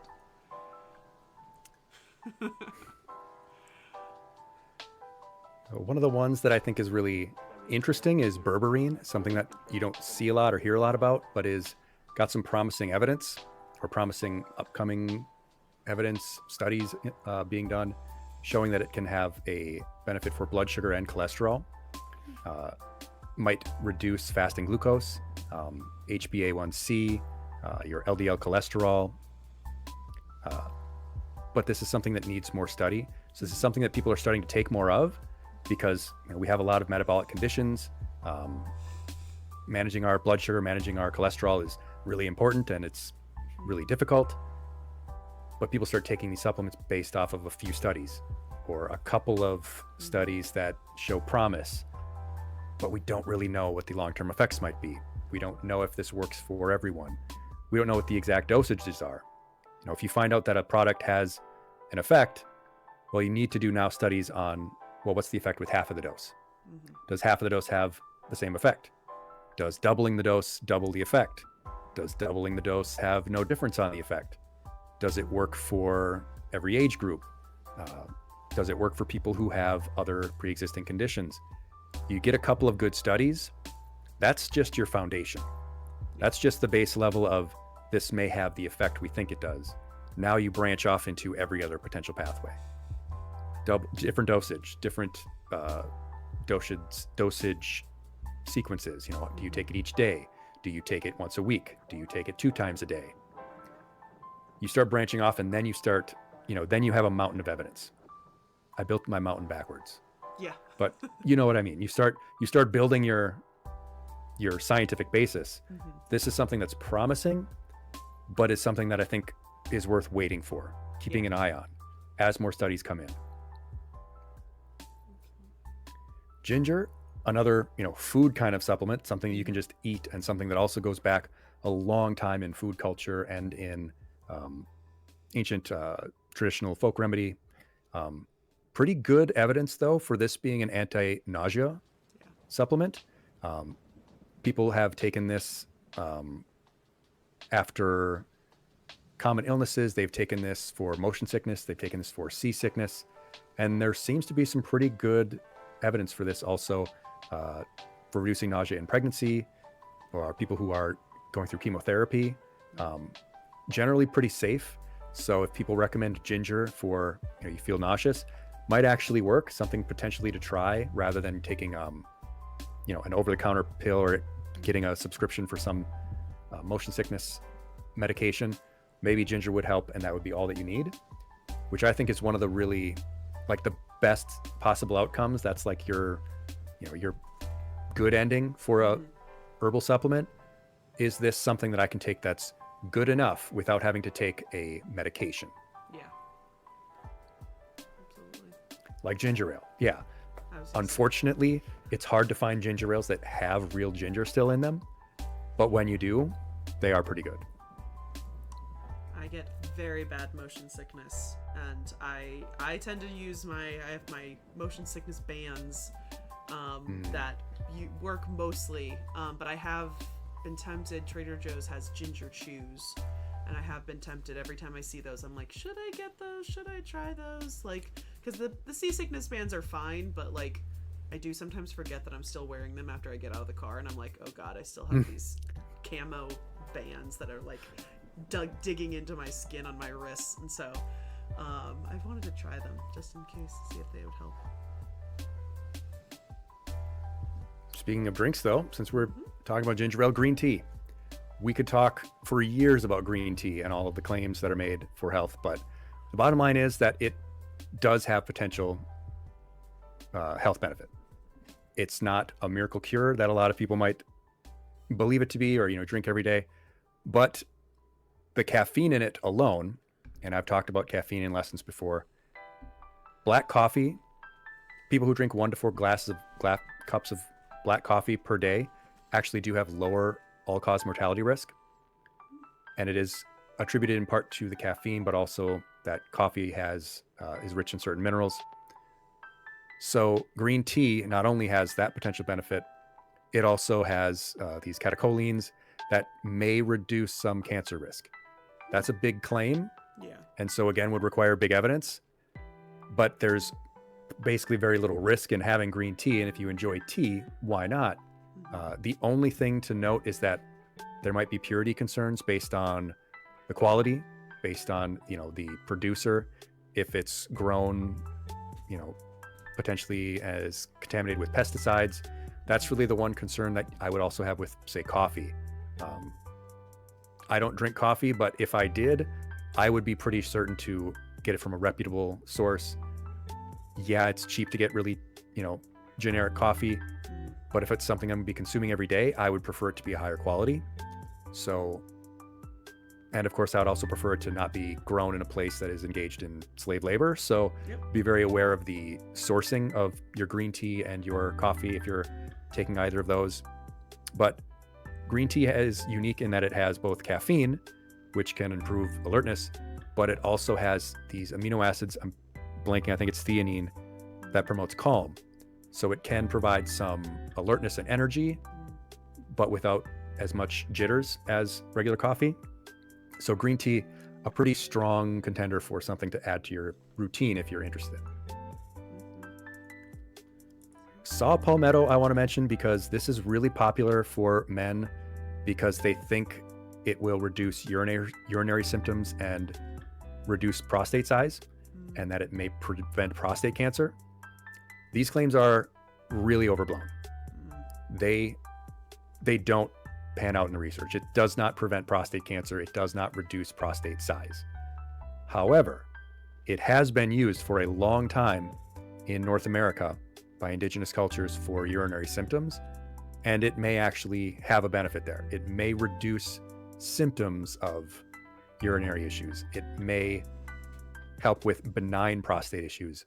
It won't reduce the size of the prostate, but saw palmetto, there is some evidence that it does reduce the symptoms of some urinary issues. So something to think about if you do have those kinds of benign prostate problems. But if you have prostate problems, you should be talking to your doctor and you should be getting a prostate exam. I know you don't want to. Maybe you do, but I know you don't want to.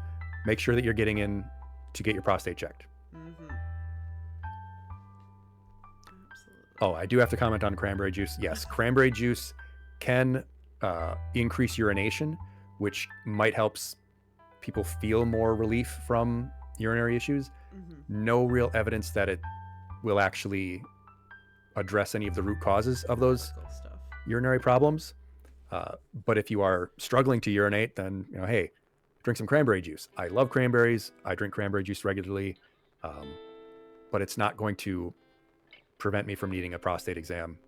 Yeah. Very interesting.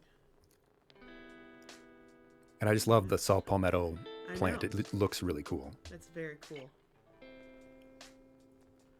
And the last one, because it is really popular as well, you may have seen commercials for it, is turmeric, or its active ingredient, curcumin.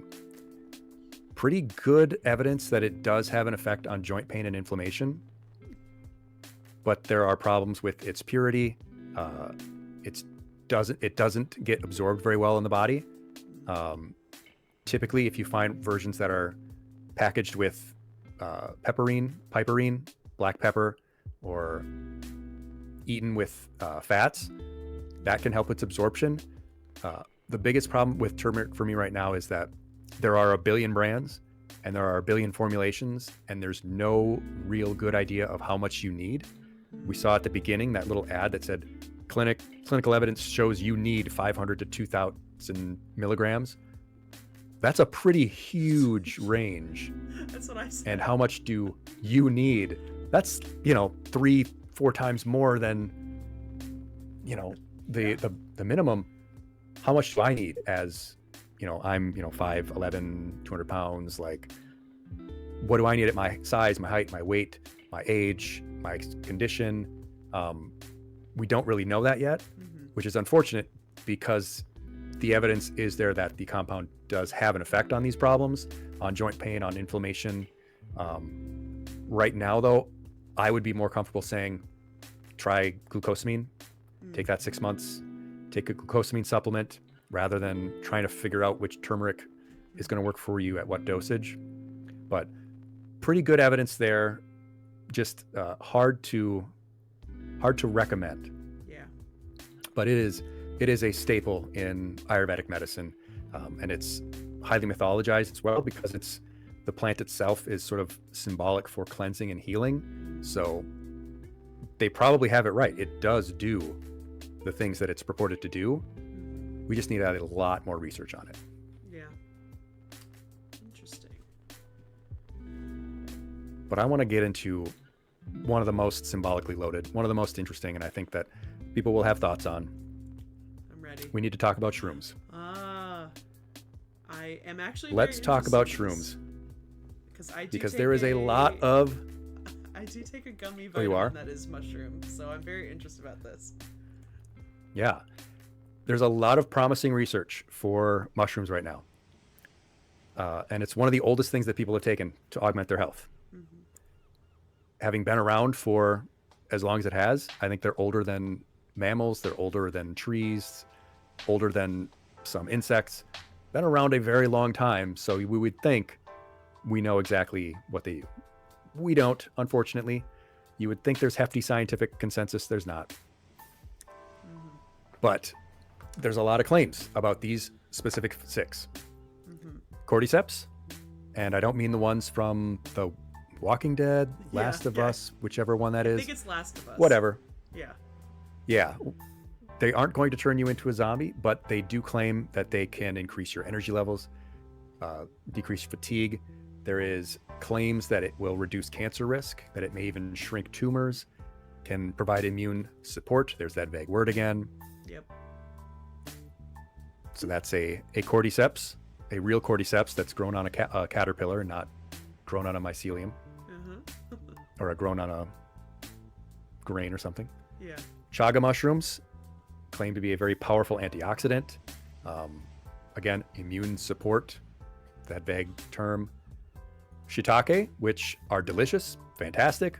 Chop them up, toss them into your spaghetti, yes. Claim to reduce cholesterol. Lion's mane, cool looking mushroom, looks soft and fluffy, claims to increase your brain health, make you think better. This is the one that I take, is lion's mane. Really? Yeah. You would think you have all the cognition you need, all the brain health you need. It was a recommendation from a friend who took it, and I will say I noticed stuff like right when it happened, and now I feel like I've neutralized. I feel like I'm struggling with a possible might have ADHD, and I've noticed that my focus has become worse over time. And it might also be stress. It's probably stress. But it was a recommendation from my therapist, actually, who takes it herself. And it might be a placebo. Let me live my life. It's from a company that makes 3 different mushroom gummies. I think one's for, I don't know which mushrooms are in the other ones. I know there's an energy one and maybe a sleep one. I can't remember what the other 2 are. But yeah, I would imagine that the sleep one is probably reishi. It's probably the other 2 are turkey tail, which looks really cool. It's the one that kind of looks like a platform step on a tree. This one's all covered in ice, which looks really cool. Which gut support, claims that support your gut. And then the last one there being reishi, which also looks pretty cool, does have claims of sleep health and reducing stress, having a calming effect. So these are the 6 big ones that you see, and you'll see a lot of mushroom teas out there now. Yeah. Powders that you can put into water, or just tea bags that you can make just like a regular tea. The reality of these, the first for cordyceps is really popular in traditional Chinese medicine for stamina and vital essence. and there's some limited data that it can have a minor athletic performance enhancement. There is some research about anti-cancer properties, but these have not had any human studies. Yeah, mushroom coffees do keep coming up. I've not heard of this, and I'm very glad. That sounds really gross. Doesn't sound good. No. I don't like mushrooms. Cordyceps is also... So it doesn't sound good. No, I'm not a big coffee fan either, so... Yeah. Mushroom coffee? No. Yeah, the cordyceps is one in particular that is something to be wary of, because it's real cordyceps, as I understand it, is really expensive and hard to grow because it grows on caterpillars. So a lot of the cordyceps you'll see out there aren't like the actual fruiting bodies. They're just sort of grown on like different grain to try and get them to grow, and they don't get like the full fruiting body. I'm not a mushroom expert, but yeah, it seems like the real cordyceps is expensive, difficult to grow, and we do need some human studies first to see if it actually does this. Those chaga mushrooms, again, only really have test tube and animal studies. Shiitake does have the nutritional benefits that it purports, but that's just because it's high in minerals. It is good. It's good for you. It has vitamins. It's really high in selenium and copper, which are two important minerals. If you're not getting enough copper and selenium, you can blame EI Nasir, or you can just get some shiitake, and that will take care of your copper problem. Damn EI Nasir. I'll never get away. Lion's mane, the one that you were talking about. No. There is evidence that it might have a slight cognitive benefit. Yes. All right. The one thing to watch out with lion's mane is that the extract, there's no real standardization. Yeah. So it can be like however many units of the compound in lion's mane, but how much is that? Is it enough? Is it not enough? Is it too good? Not too much, too little? So something to, again, sort of note for yourself. Like, I've taken 2 of these a day for 2 weeks. How was I feeling? Was this enough? Is this the recommended dosage? Is there a range where it's like start with 2 and then increase to this? So something that has promise and does potentially have slight cognitive benefit. So something potentially worthwhile. Turkey tail is maybe the most interesting because it's already being used, or at least the compounds in it, as an immunotherapy augment. They're already using it as an adjunct therapy with chemotherapy. So there's really interesting potential. It's not a treatment in the US yet, but the polysaccharide compounds in it, they are being studied as an adjunctive cancer therapy in other countries. So really promising, really cool. If this works out, great. Be great to have an additional, therapy to go with chemotherapy. Don't do a full Steve Jobs. Don't just take the alternative medicine. Do your regular treatments. But if doctors are already saying this might work, great. We would love to see that become standard and give more hope for cancer patients. Reishi, the one that's potentially good for sleep and calm, studies are pretty limited. And because those are kind of subjective, how calm do you feel? How was your sleep? Hard to say if that works as well. But the mushroom supplements that are out there, generally pretty well tolerated, pretty, low risk, except for the fact that you need to be taking reputable brands. Yeah. Because these are mushrooms. There is potential misidentification. There is potential risk. Also, not something that you can just go pick for yourself. I was gonna say, I'm pretty sure you don't have those caterpillars that you can just grow cordyceps on. No. Someone producing these in their basement might be going off of one of those AI books that they got on Amazon. Yep. That is telling them how to identify mushrooms, and they're not. Oh my God. So if you find a reputable brand, something that you trust, and one of these appeals to you, might be worth trying. Again, be your own researcher, keep good notes.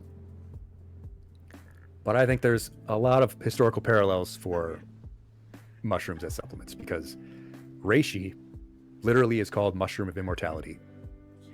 Cordyceps revered across traditional Chinese medicine. And as I know, from what little I know of it, in ancient Egypt, mushrooms were actually reserved for royalty. And the common person simply did not have access to them. Yeah, I will admit, I do not know a lot about mushrooms in ancient Egypt, and that image is wild. I feel like that, like, this is definitely, I feel like, true, because if you haven't heard about it a lot in ancient Egypt, it usually means that it's reserved for somebody else.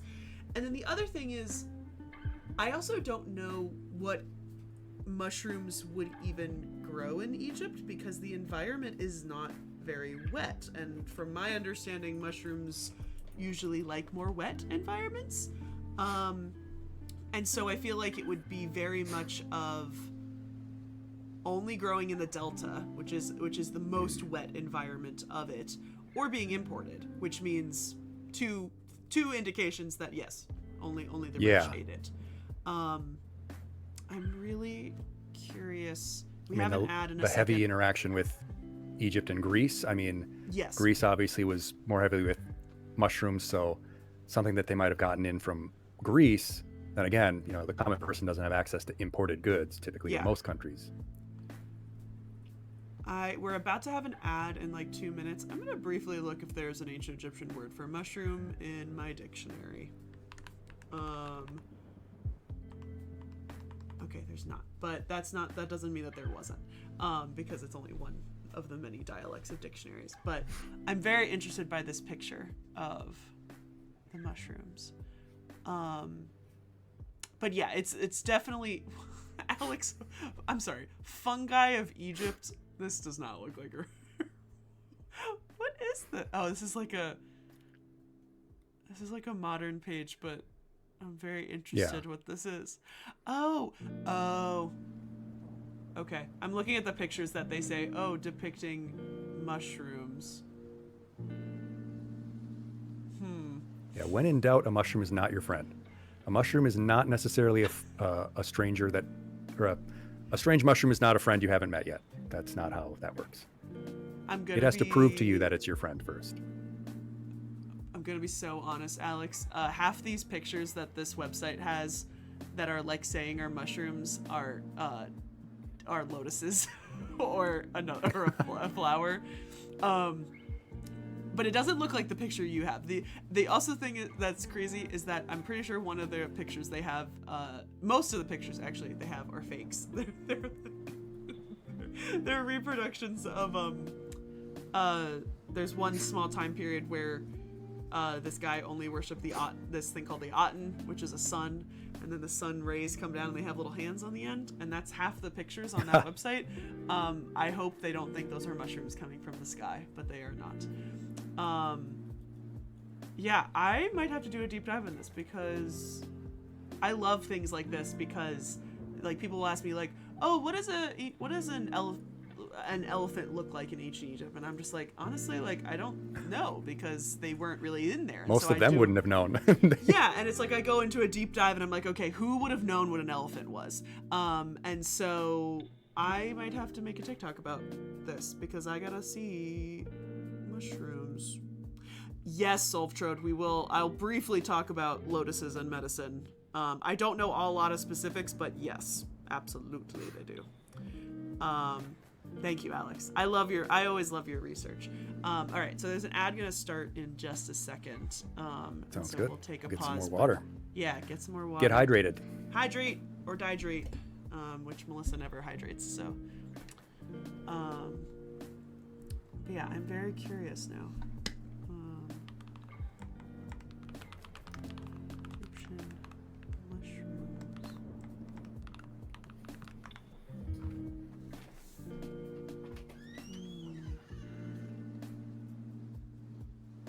Yeah, half these pictures are not mushrooms. That might be a mushroom. I do want to know where this picture you have. Oh, okay. When he comes back, I'm gonna explain something about this picture.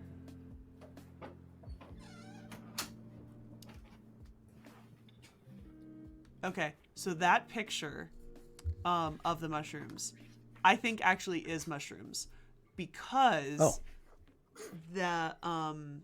because it's at the Temple of Hathor in Dendera, and Dendera's temple is a Greek Ptolemaic temple. And so I think that gives a much higher chance that if mushrooms are not normally native to Egypt, that the Greeks would have brought them over. And that it makes more sense that that is on a Greco-Egyptian temple rather than an early Egyptian temple if they didn't actually have like greater access to mushrooms. So that is very interesting. I'm gonna do a very big deep dive on this because I definitely think that they are pretty rare in Egypt, but that image makes total sense.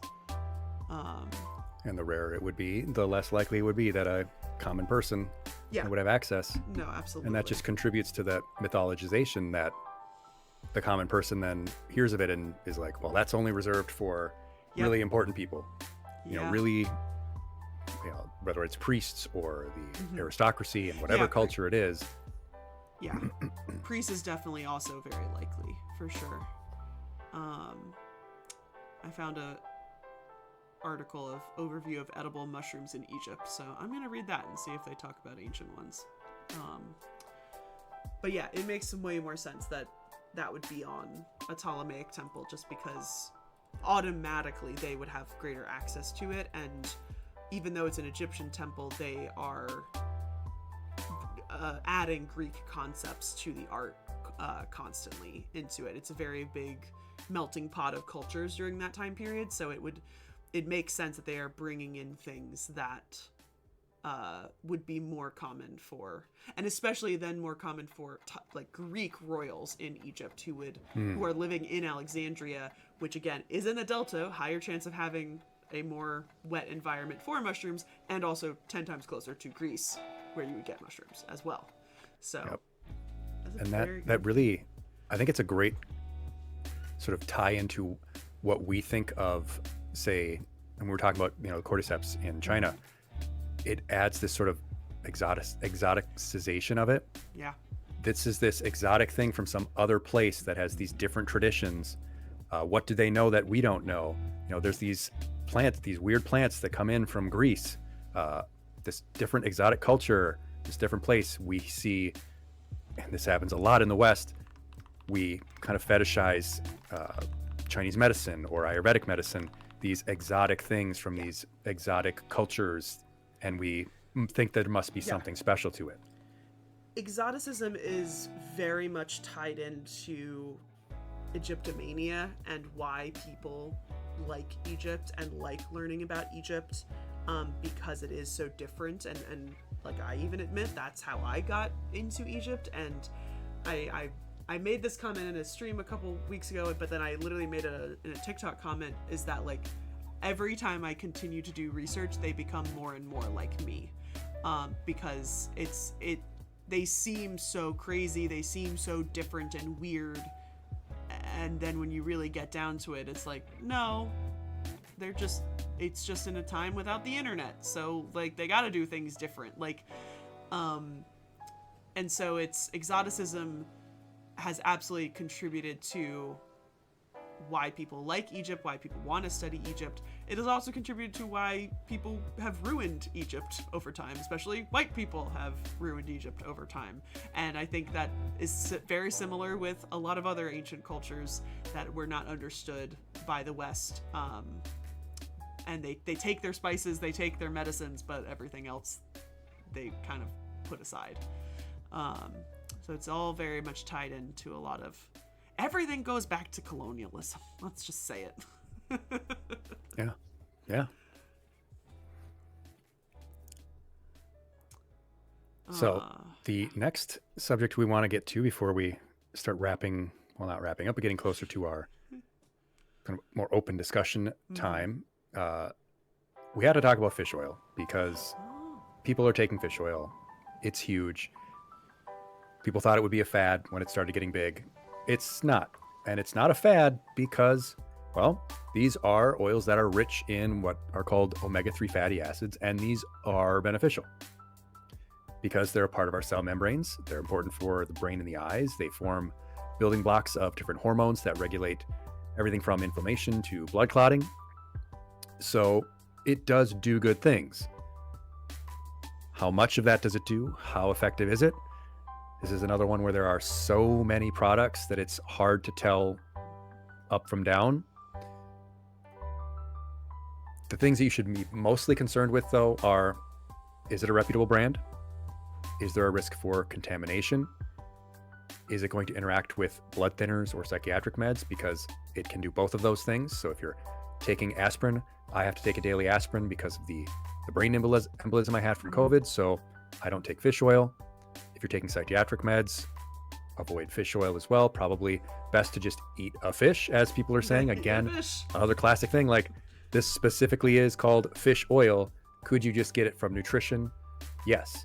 If you just hate eating fish, but you have concerns about your heart health, cholesterol, those kinds of things, could this be beneficial? Yes. If it's a reputable brand, what does the research say about how beneficial it is?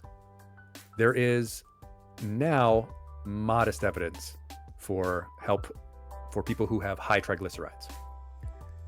Previously, the evidence seemed to be, this is really big. It's going to have a big effect for people who are struggling with their cardiovascular health. It could lower your blood pressure, lower your LDL, increase your HDL.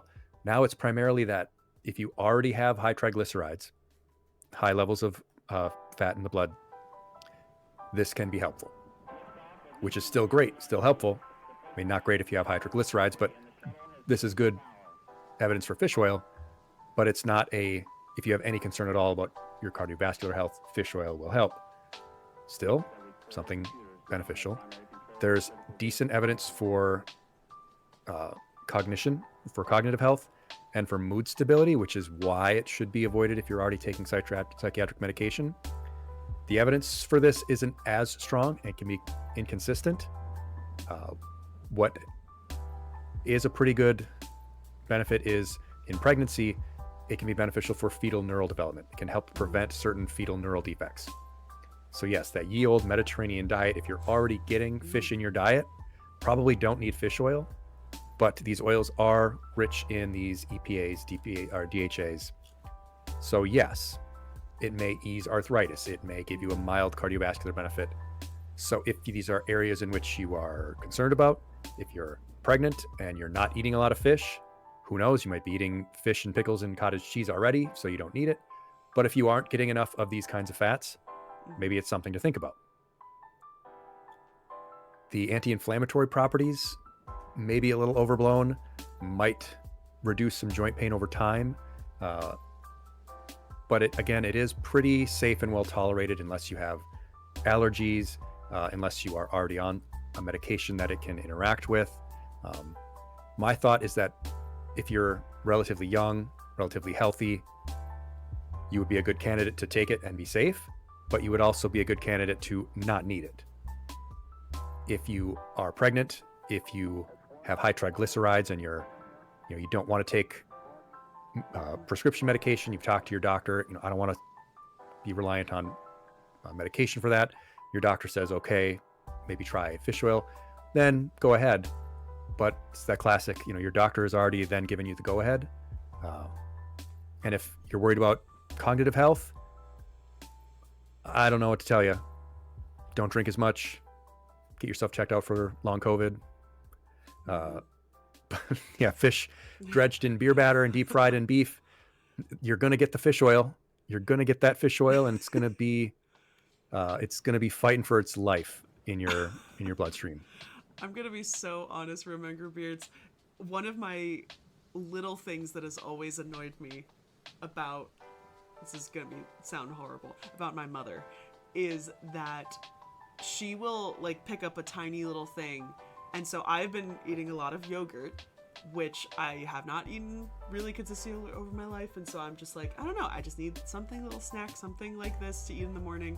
And she picks up the yogurt. She goes, there's a lot of sugar in here. And I'm just it's yogurt.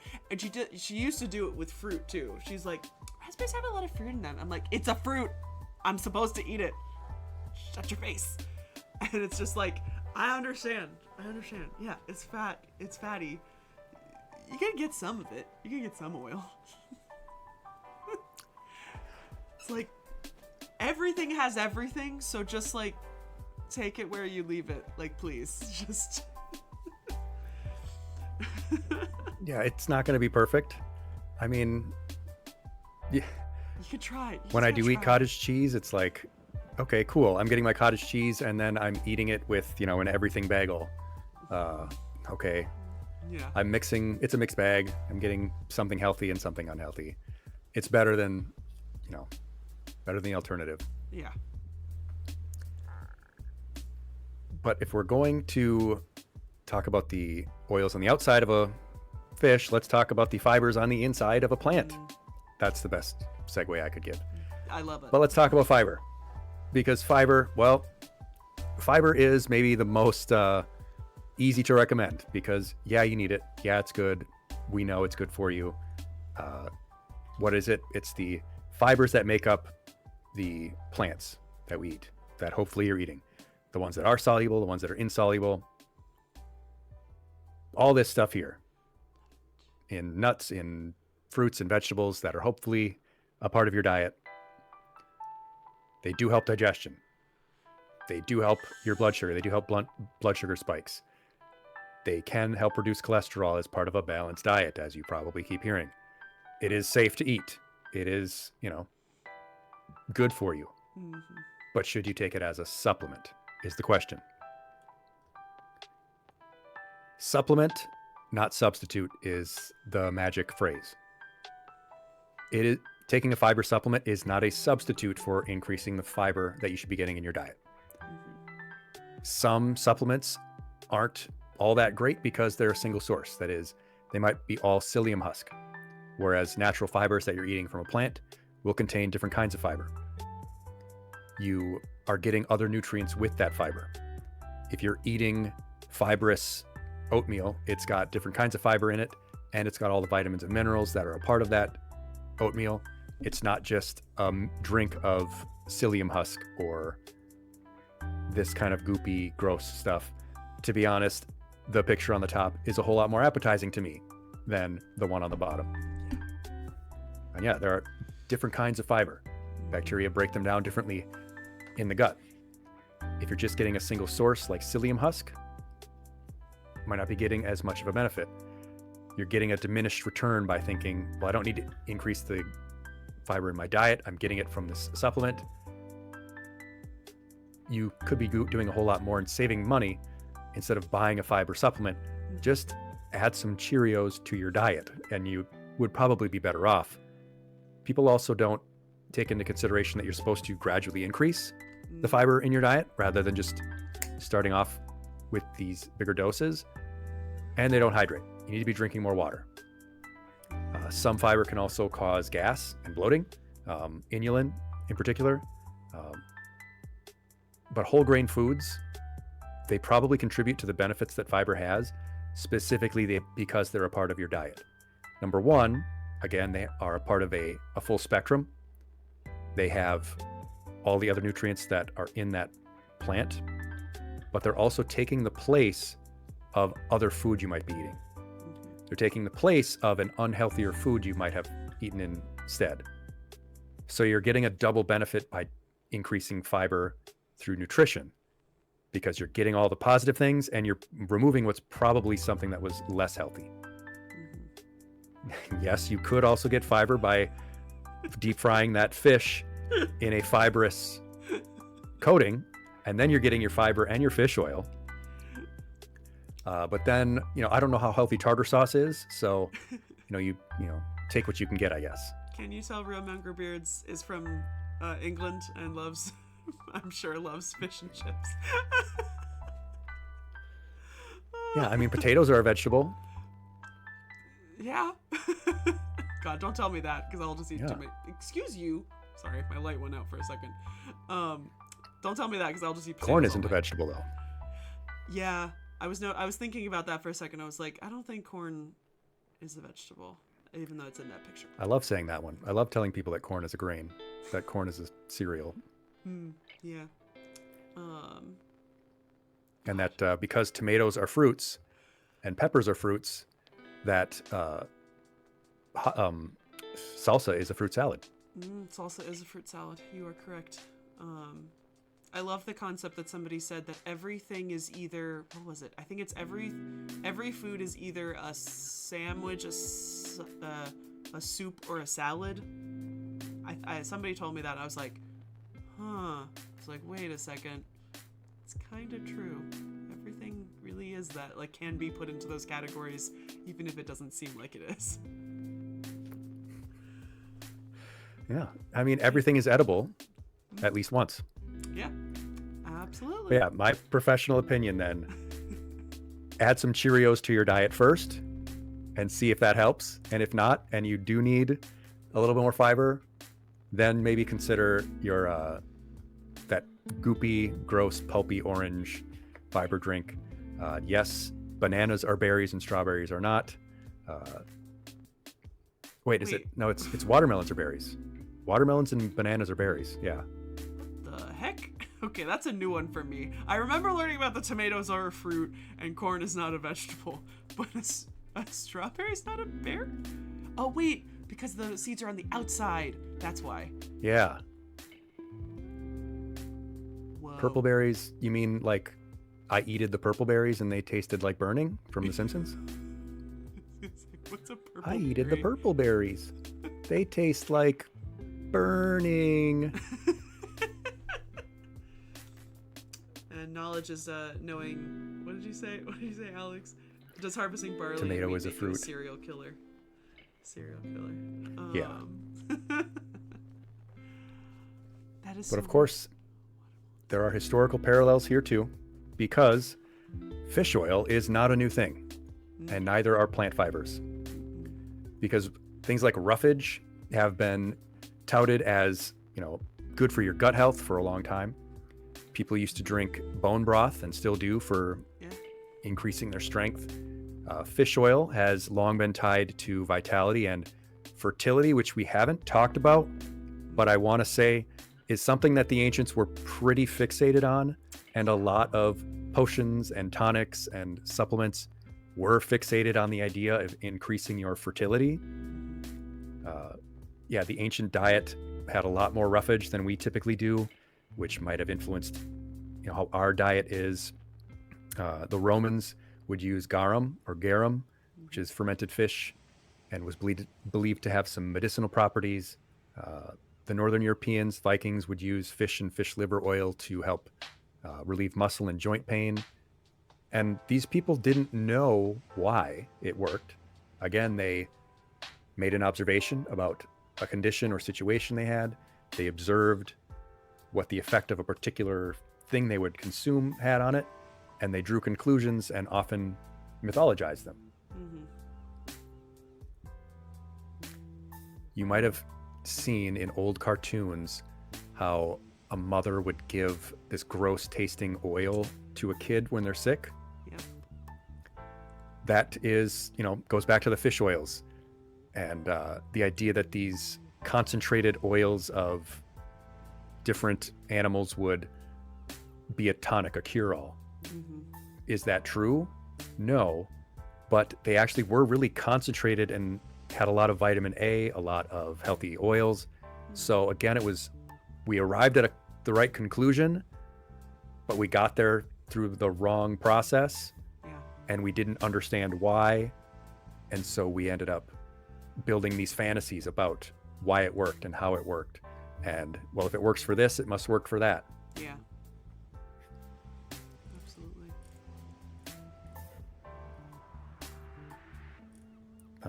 What was it?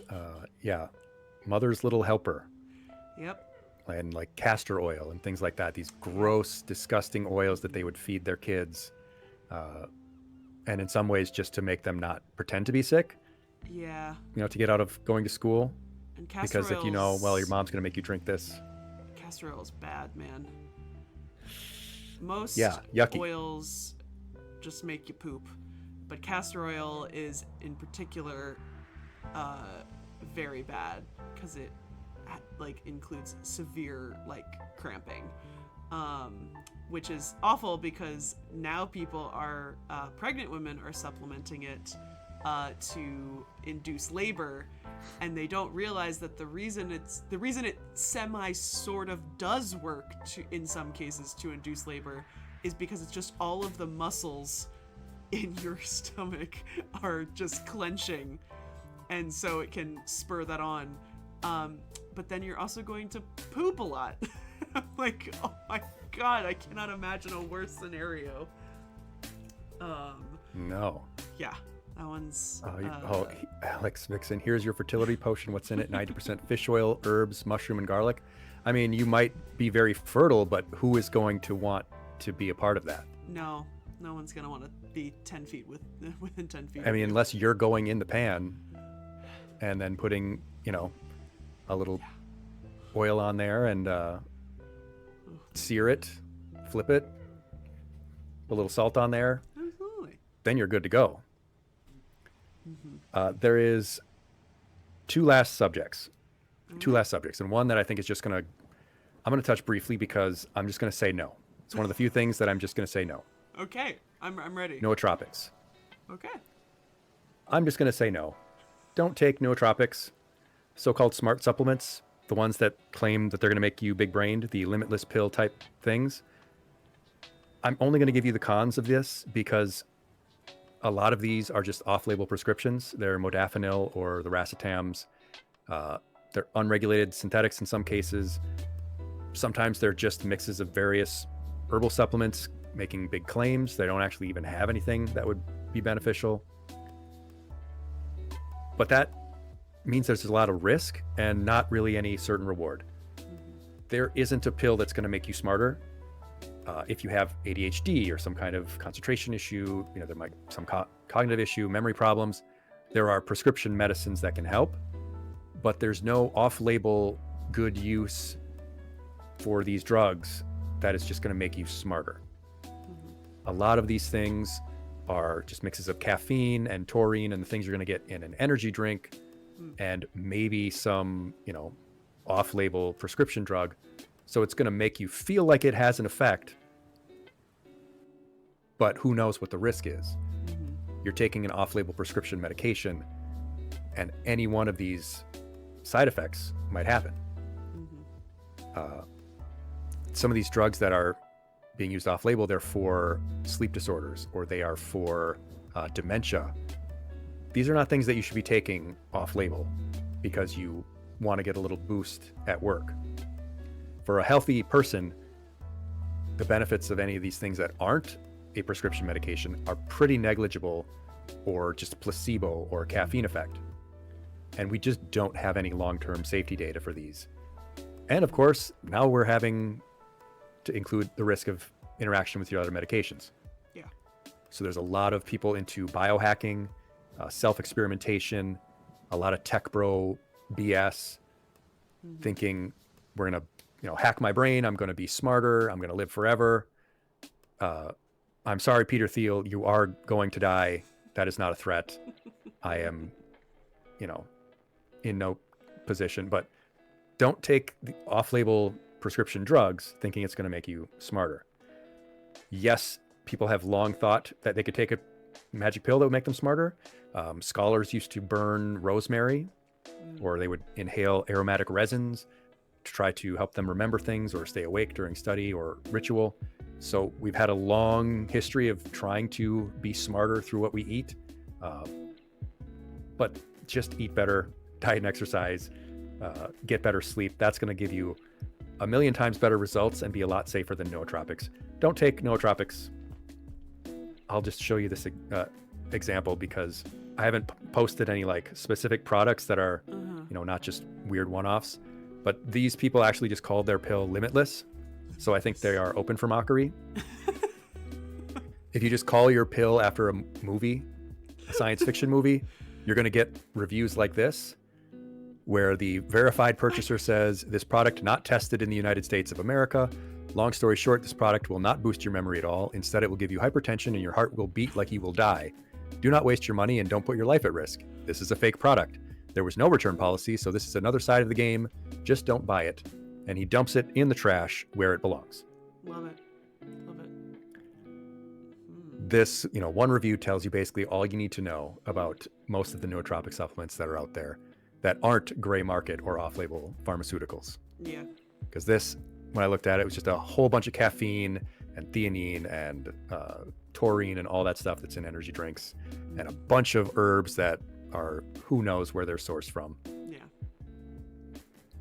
So that gets us to the last one, sleep. Because this is maybe the most universal. This is the one everyone deals with. Everyone sleeps. Not as much as they would like, but everyone sleeps. And almost everyone wants better sleep. Yeah, the labeling on them too, on a lot of things, should also give you a lot of hints. Yeah. But sleep it's universal. I've taken sleep supplements. I've taken sleep medication. Everyone seems to struggle with sleep at times. And I want to tell you, it's okay to take sleep supplements. Melatonin is relatively safe and well tolerated when taken in the appropriate doses. And for this type of thing, I use the saying that a lot of people use: store-bought is fine. If you're not making enough of your own, with any kind of hormone, store-bought is fine. It's okay. The problem is that people think this is a sleeping pill. People think melatonin is a sleeping pill, that it will make you sleep. It does not. It creates the internal conditions to help you fall asleep.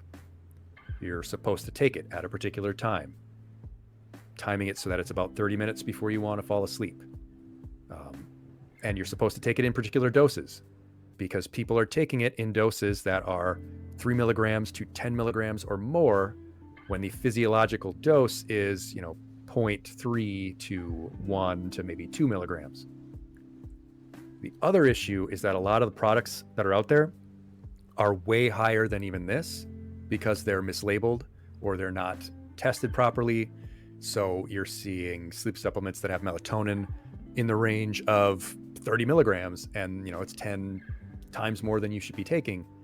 And that's going to throw your natural circadian rhythm off. Yeah. A lot of them as well, people take right before they need to fall asleep. Mm-hmm. They're not giving it time to work.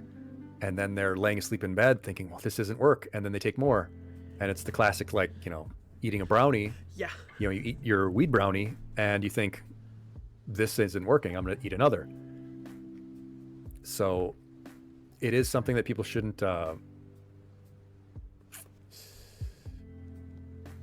get reliant on, but it's also something that is pretty safe to take when you need to.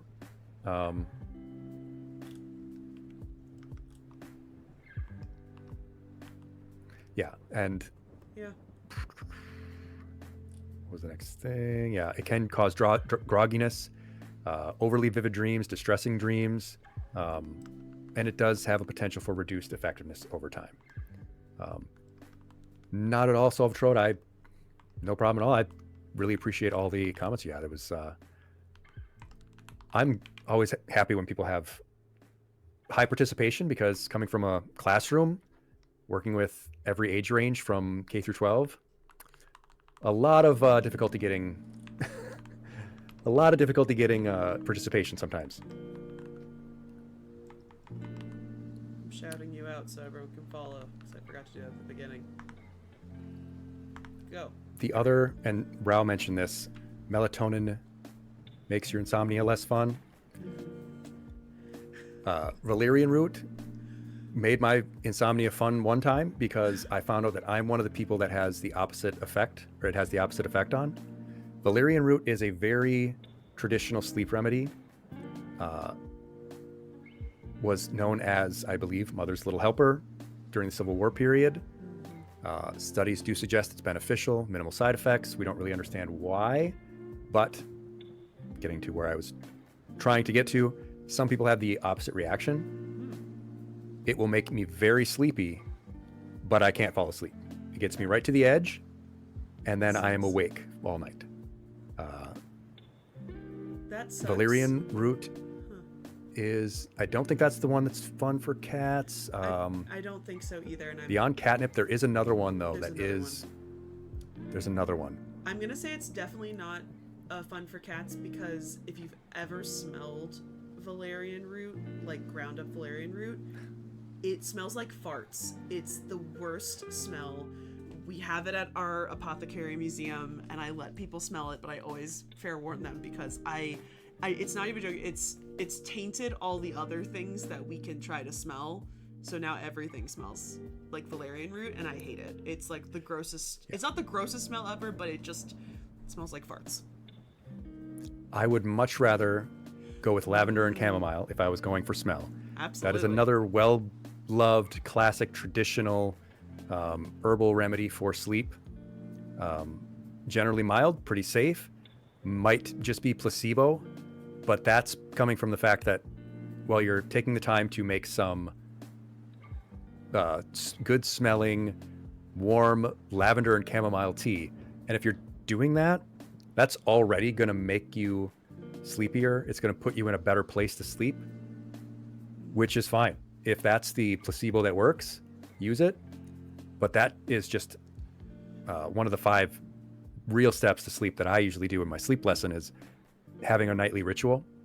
If you're taking 10 minutes out of your night to put away your phone, to not have any screens in front of your face, to do something that is calm and relaxing, that is low effort, but still somewhat stimulating enough to your brain to keep your attention away from everything else. You're making the tea, you're breathing in this lovely smell, you're drinking a warm liquid, you're not doing anything else. That's going to help you sleep. And if lavender and chamomile themselves actually do have some physiological effect on top of that, all the better. But generally that's often enough for people. So yeah, if you're having sleep, make your nightly ritual a 10-minute lavender and chamomile tea. Get the sleepy time tea with the cute little bear on it. That'll help you sleep. We talk about lavender in the apothecary a lot because we do a program for kids where they make a lavender lotion. And so and they get to grind down their own lavender and put it into a lotion and stuff. Nice. And funny you said that, Kritissa. One of my coworkers is highly allergic to lavender. She's not allowed to touch any of our lavender products that we sell in our gift shop or do it. And we have lemon herbena as the alternative if she has to give the lesson. But lavender, my fun fact about lavender, I always tell it, is it's Latin, and it comes from lave, which means to wash, because the Romans put it in their bath water. So that's the fun fact for you guys that I know about lavender. And there's also one called Melissa lavender, and it's yellow. It's not purple. Probably because Melissa means honeybee in Greek, and so it's probably because yellow. But those are my 2 fun facts I give to the Girl Scouts when I'm giving, and they don't care, and they're just grinding away on their mini mortar and pestles. What a great tie-in, because the sleep and sleep potions and sleep tonics goes back a very long time. We've always mythologized sleep. We've always mythologized the importance of it, and we've wanted ways to help us fall asleep. And sleep and dreams in particular, we've had the correct instinct about how important it is to health, and go back to how is this Greek guy's name starting with an H? Hephaestus. Slipping my mind already. Hippocrates. Not hepatitis, like I used to say it. One sec, my earphones just died. Oh no, that's okay. What? And yes, it is a shame. I did used to call him hepatitis. It is Hephaestus. All right, can you hear me now? Switching. There we go. I think I can hear you now. I can hear you. Can you hear me? Okay. Yes. Right. Hephaestus. But yeah, everything from lotus, poppy seed, jujube seeds. We've done a lot of different things over the course of history, including things that might be harmful, hemlock, belladonna, different ways to try and help us sleep. Certainly will help you sleep. Forever. It will work once. Yeah, you'll never have sleep problems ever again. Oh, God bless. Yeah, but in modern days, melatonin and valerian have become the modern analogs, kind of replacing incense and ritual with, pills. Hmm. And yes, hemlock is what they gave to that one guy. Socrates. Yeah, super poisonous, both of them. They also, belladonna women would put it in their eyes to make their eyes seem bigger, and they would go blind. That was like medieval period, I think. Solodosis Yeah. fast veninum. The dose is the poison. I've used that Yeah. phrase, and I did the whole phrase in German from that guy one time in my cannabis lesson. I can't Yeah. remember it. Yeah, But yes. poison is a label. That's what we talk a lot about at the Relative, apothecary. yeah. Is that like anything is poison? If you take a whole bottle of ibuprofen, yeah, it's gonna poison you. But Yeah. it's all about the dosage. Is that there are lots of things that are still safe that you can take.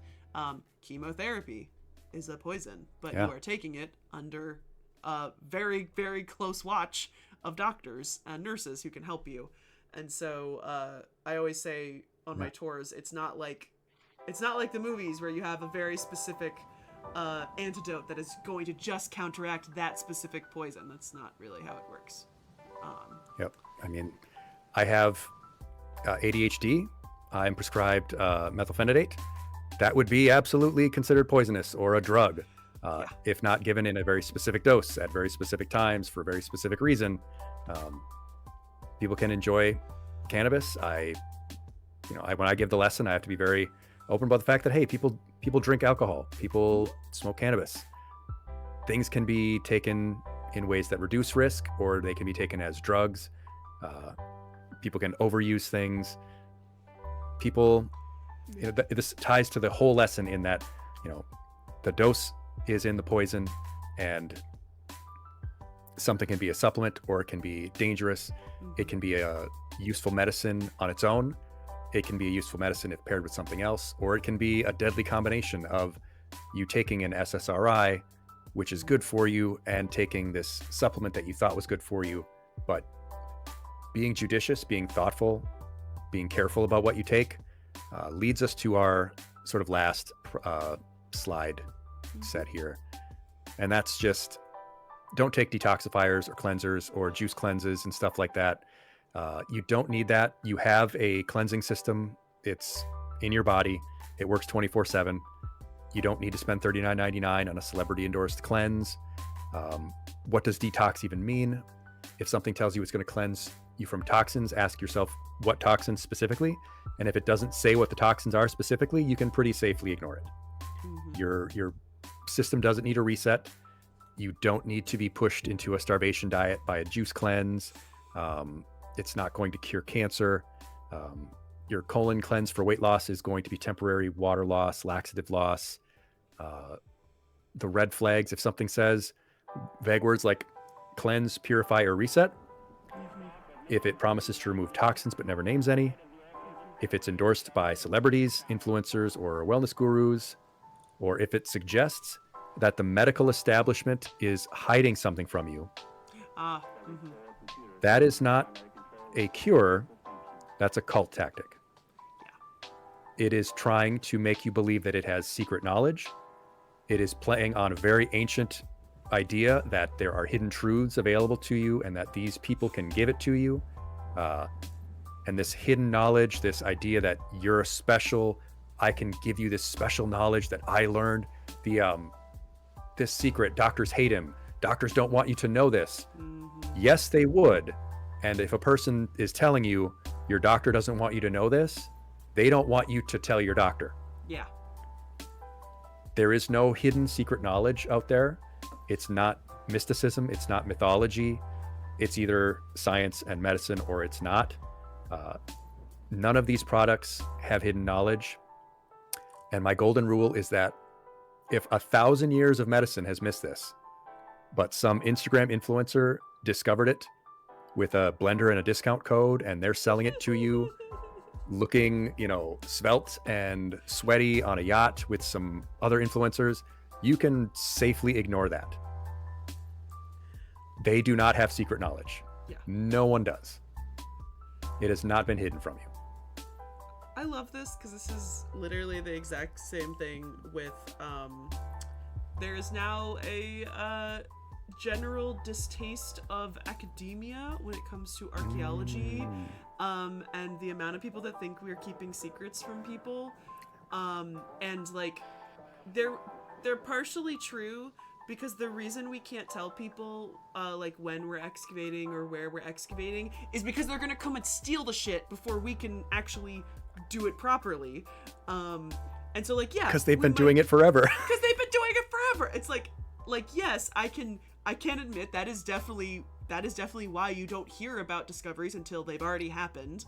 A friend of mine discovered a hoard of iron axe heads in England. He could not tell anybody for 6 months. Like that, like, because a metal detectorist, which are slightly even protected in the UK in a couple interesting laws they have, would have just gone out there and dug up the rest of the field.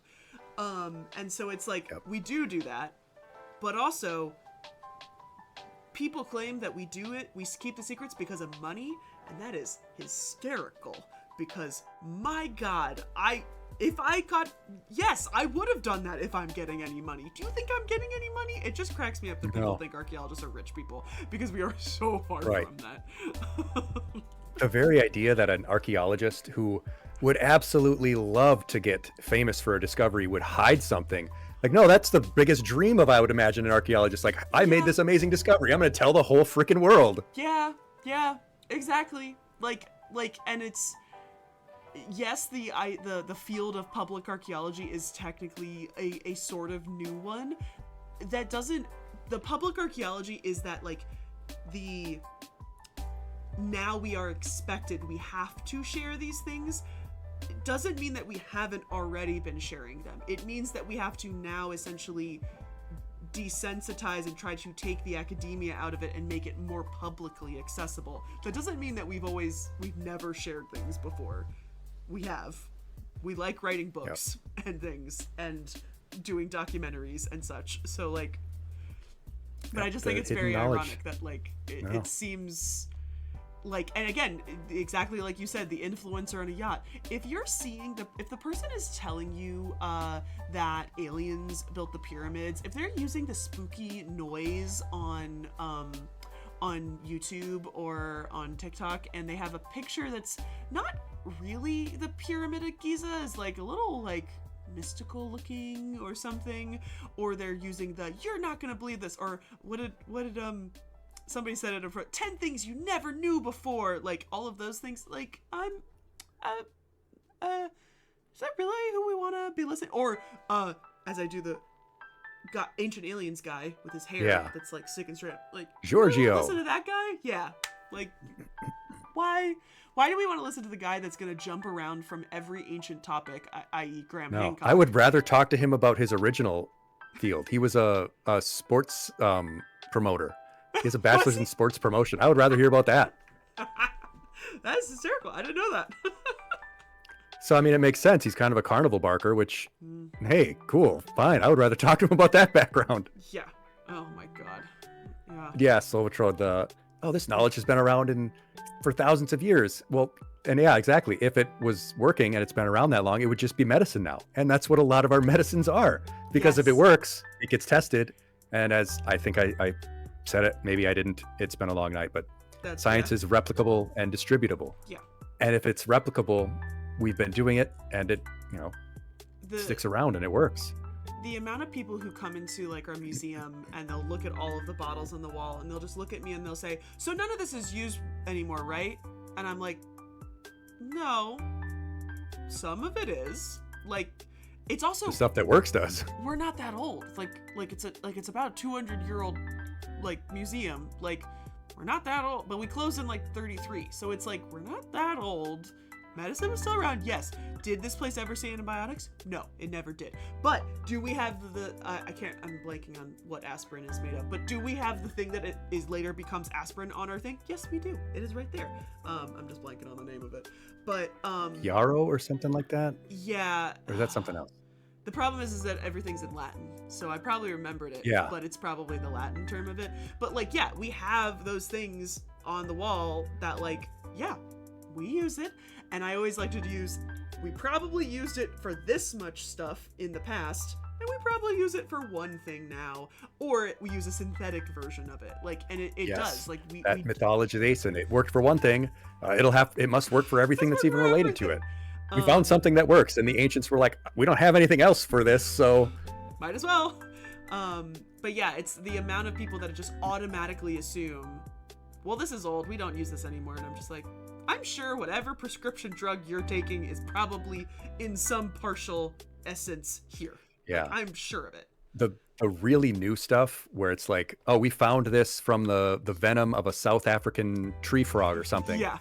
That stuff is really cool, but that's new. The new stuff is few and far between. Like, that's why we have to scour the globe for all these new things, because we've been trying everything for the last 5,000 years. Yeah, absolutely. But, you know, the detoxifiers, the cleansers and stuff, that's really ancient. That's goes back to our ancient ideas of purification, wanting to be ritually purged or purified, bloodletting, smoke baths, bloodletting. Ritual washing. Modern detoxes are basically secular purification rituals. Mm-hmm. It's marketing driven, but it's pretty much the same idea psychologically. Yeah. Going, whether it's humorism in ancient Greece, you know, the idea of the bodily humors, detoxification and bloodletting. People were using emetics, cathartics, which catharsis, if you aren't familiar, the original word would mean something that would accelerate defecation. So, you know, getting this out of you is the idea of catharsis. That's hysterical. I did not know that. It is. You know, substances to induce vomiting or bowel movements, something to purge the digestive tract. So the modern cleansers and detoxifiers and stuff, they basically go back to the idea that there's either something in us we need to get out, that's the problem, or something we're deficient in and we need to get it into us. Rather than just, you know, living healthier lifestyles, there's something we're missing. There's just something we're missing that if we could just get that, it'll fix us. Or there's something inside me that's the problem and I've got to get it out of me. But I mean, we would give people things to make them throw up or poop or pee, whether it was their blood or their vomit or their bile or whatever other humors. Yeah. But yeah, modern cleanses are just like these old, very old rituals and ideas of leeches, and, you know, in some cases it worked, but in some cases not. And this statement comes from an article I saw which had the most hilarious title, which was that ancient laxatives kept pharaohs on the throne, which is an amazing turn of phrase. That's a great one. To keep them on the throne. And the recipe, it said, was cumin, a hefty portion of goose fat and milk, boiled together, strained and consumed, which, beautiful, delicious sounding substance, I'm sure was fantastic, tasted great, but apparently was an ancient laxative, and would keep people on the throne, symbolically speaking. So that's my little ancient tie-in. Yeah, we did so I am planning on making a medical series on my TikTok, because people have asked me about it before, and we decided to do essentially a couple different discussion streams on Twitch so that I could kind of gauge what people found interesting and then like was taking notes essentially on the side. And when I eventually get to making this series, I think the first video is going to be about the actual ancient Egyptian title that is called Shepherd of the Aejis, which is an actual title that a couple people that have been identified as physicians had, and how it is really freaking weird and hysterical, and we don't totally know what it is. Like it's obvious, like he has other titles that identify him as some sort of physician and such, but I think it's shepherd or guardian of the Aejis, which is the shepherd or shepherd and guardian are the Aegis word. of the Aejis is. Yeah. And it's literally like they're the same Egyptian word that can just be translated two different ways like that, and it's just like why are we guarding the anus, and why but yes, we did read we were reading some recipe translations, and there were quite a few that involved laxatives and purging, so there's a lot of it, yeah. And I mean, and honestly, that recipe, goose fat and milk, like if you eat a fat, yeah, that's fairly accurate. Yeah, you get a little spice in there, a nice slippery fat, some lactose with the milk. Mm-hmm. Yeah, boiled. Gross. Ugh.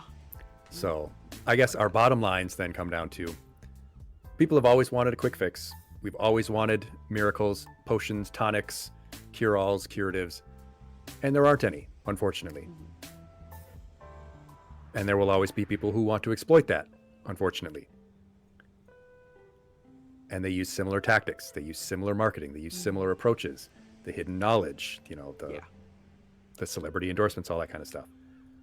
But nature is pretty freaking amazing, and there is a lot of really cool stuff out there that can help us. You just need to be thoughtful, and you need to be an informed consumer, and you need to be your own advocate. And you need to be willing to talk to your doctor when you can. And you need to support science and help people learn more, whether it's, history even, because we're talking about things that are from the past. What did we know? What did the ancients know that was true and correct, and what can we learn from? You were just talking about all the things in the Apothecary Museum that we still use today. Yeah. What can we still learn from the past? But also, what mistakes can we learn from the past? And of course, supporting modern science, supporting research for pharmaceuticals, and supporting better regulation for supplements, especially in this country where there basically aren't any. And I have this bottle of snake oil up here because snake oil itself is not a bad thing. Snake oil, like fish oil, does have a lot of nutrients in it, potentially. The problem is that snake oil, when it got transferred over to the West, the snake oil there didn't actually have any snake oil in it. It was just random crap. So people were getting fake snake oil. Yeah. So the idea that snake oil is now synonymous with a fake medicine that doesn't work, it's sort of like how we call the Spanish flu when it didn't have anything to do with Spain. Yeah. Spain wasn't where the Spanish flu started, and it didn't spread from there. Snake oil wasn't the bad thing. It was that people were making fake snake oil and selling it as something that worked, and selling it as a cure-all, when in Chinese medicine it was used for specific things and it might actually have had a benefit. So also being sort of historically literate and culturally sensitive, and understanding that some of these traditional medicines may work, have simply not been tested. Like I said at the top of the herbal section, there's some great things to be learned from Ayurvedic medicine, traditional Chinese medicine, if we are willing to give it real concerted study and be honest. But please support science and support educational content on YouTube, Twitch, TikTok, rather than AI slop that's out there.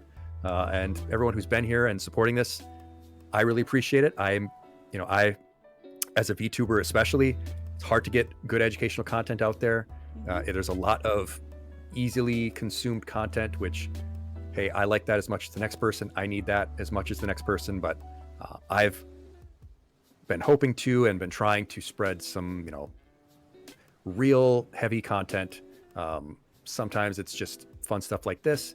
Sometimes it is stuff like suicide prevention that I've been able to talk about. But I appreciate the chance to talk about this kind of thing. So I'm just going to give this little final thing. I want you to think about one marketing tactic that you remember that we talked about, and think about one useful supplement that you think might be interesting to you.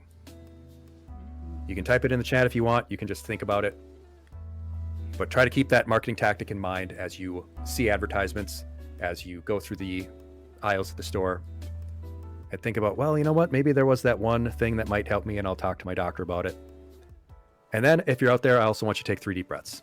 You don't have to do it with me. You can just do it on your own. But before you leave this stream, before you head to bed, take 3 deep breaths, because that will help you get a better night's sleep. That's all I have for you. That's our lesson. You did a great job. Fantastic. Thanks, everyone, for your wonderful participation. Absolutely amazing. I have learned so much. We're going just back to our just us two. Amazing. I've learned so much, and this has been very, very eye-opening and helpful because, again, I as I mentioned just a couple months ago, I started taking a lot of supplements. These were mainly recommended by a nutritionist that I'm working with specifically. Like, I was not taking random ones. But it makes me, I feel like very much more connected with my health, which is very lovely, and I feel great about this. Just briefly, we're gonna get an ad in a second, so I'll pause before that. I just have a couple things that I wrote about ancient Egypt, but I loved these historical references. They were great. I loved throwing it back because that was awesome. But I do have some brief Egyptian things. They're very general because the unfortunate thing is Egyptians didn't really have supplements, obviously.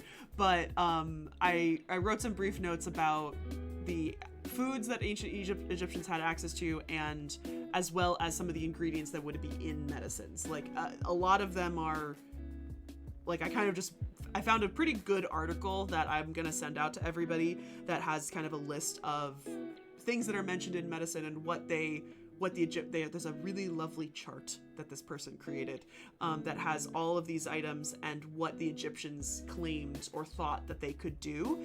And so there's a very long list, so I could not go through all of them. But I briefly will go over some of this after our ad. But if anybody needs to take a bathroom break or anything, it's not very long, but feel free. Anybody has any more questions for Mr. Aejis, yes, please put those in the chat, and when we get back from the ad, we will go over some of those things. I don't think there were any like full questions that anyone put in ahead of time. I think most of them we got as we were going, and I was right at willow bark. Willow bark is the and then it's psilocin, I think. I can't remember what the active ingredient in willow bark is. Salicin. So yeah, we have a bottle of willow bark, and a couple of my coworkers will talk about that on our tour and talk about the beginnings of aspirin and stuff. So yeah, there are plenty of medicines that are on the wall, and I really appreciate the part you talked about with snake oil, because I also get people thinking this is all snake oil, right? And they'll use the term specifically, and we talk about patent medicines a lot, which is the term that was given, ironically, was given in England for actual medicines that had patents, but then in the US were called patent medicines that had no patent. And I've described to guests on some occasions that I will only use the word snake oil if it does appear that the person is obviously scamming you. But most patent medicines are either they do think it has some benefit to you, or they are unfortunately just ignorant enough and think that it has stuff. Like, there are definitely ones that I've seen that have the act of a scam, but most of the ones when I've delved in to do some research don't have that that aspect. Like, the best one I can talk about is it's a diabetes. It's oh God, what's it called? I literally talk about this on my tour every day. It claimed that it could cure diabetes, and I think other kidney problems, and it mainly was used for something called Bright's disease, which essentially was nephritis of the kidneys. And this guy who made it, Fulton, his name is Fulton, he lived in San Francisco, when he got Bright's disease, and he made this concoction for himself, and then he took it and he was cured. And so he started making it and selling it to other people. Turns out, when you look at Bright's disease now, it actually can sort of just cure itself, because obviously they're kidneys and they just filter things. Sometimes you need help, but sometimes it just clears up on its own. So did poor Mr. Fulton cure himself, or did his Bright's disease just like clear up? And I feel bad for him a little bit. I'm kind of like, he probably thought that he did a good thing, and it probably did nothing. And in my research, I've never been able to find out what's in it. All I know, it has alcohol in it, which like most drugs had alcohol in it, so that's like not a much. But after the foundation of the Pure Food and Drug Act in 1916, which is the becomes later the FDA, the company was sued for misbranding because it did not follow the rules, in which the first 2 rules that were set down is that you had to list ingredients and you could not make outlandish claims when it comes to medicine. And this is much before everything gets much more regulated, but it's kind of that first step in the United States for regulation. So yeah, I talk about him a lot because I'm like, he might have thought he did a good thing. I don't know. I don't think it was snake oil. All right, so we got 1 minute and 30 on the ad, and then I will briefly chat about some ancient Egypt stuff. But I also want to send out this article to everybody. And I'll explain it when we get back from the ad. You will find this very interesting. It goes way in deep into it, but the stuff about the herbs are very interesting. Oh man, we could have talked so long about like the testosterone herbal supplements too. It was like, I didn't want to get too into that, but like that would have been a whole section on its own. But yeah, and all the natural male enhancement stuff that's out there. It's like, I don't necessarily want to start that particular can of worms, but like, and all the weight loss stuff too that's out there. Yeah, that's another stuff. But yeah, there's so many different things that it's just it seems like it's everywhere. And whenever I go buy my supplements, the aisle is just like chock full, and I'm like, oh my god, I'm just like, what do I need? I don't know. And that's why I've only gone with the ones my nutritionist has recommended to me, because I'm just like, you could take all of these, but who knows? And then CBD now too is everywhere, so it's like that'll be a whole other can of worms for the next time I give this lesson. And because I mean, there's such great research out there that's so promising, but God, it's the Wild West. It is a little bit of the Wild West for sure. And so I will talk briefly about lotus, but I do need to do a little bit more research. But yes, lotus is very interesting. And there do appear to be different types of lotus, and that's where it gets a little complicated and I have to go into deeper. But just some brief things that I wrote down is that while we don't know about like the extra things that the ancient Egyptians were taking, we know a good amount about their food, and we know a decent amount about their actual medicine, and which in some ways can be seen as like the supplement, as like the things that they are taking to heal themselves in a lot of ways. So food in ancient Egypt very much depends on what you can afford. And so I always, whenever I describe food, I always go from the lowest to the highest, because everything that's at the lowest, the highest classes would also be eating, but probably just a higher quality version of it. So the lowest of classes would have access to a very limited amount of food, and it's mainly going to be bread and beer. And that's pretty much it. Yeah.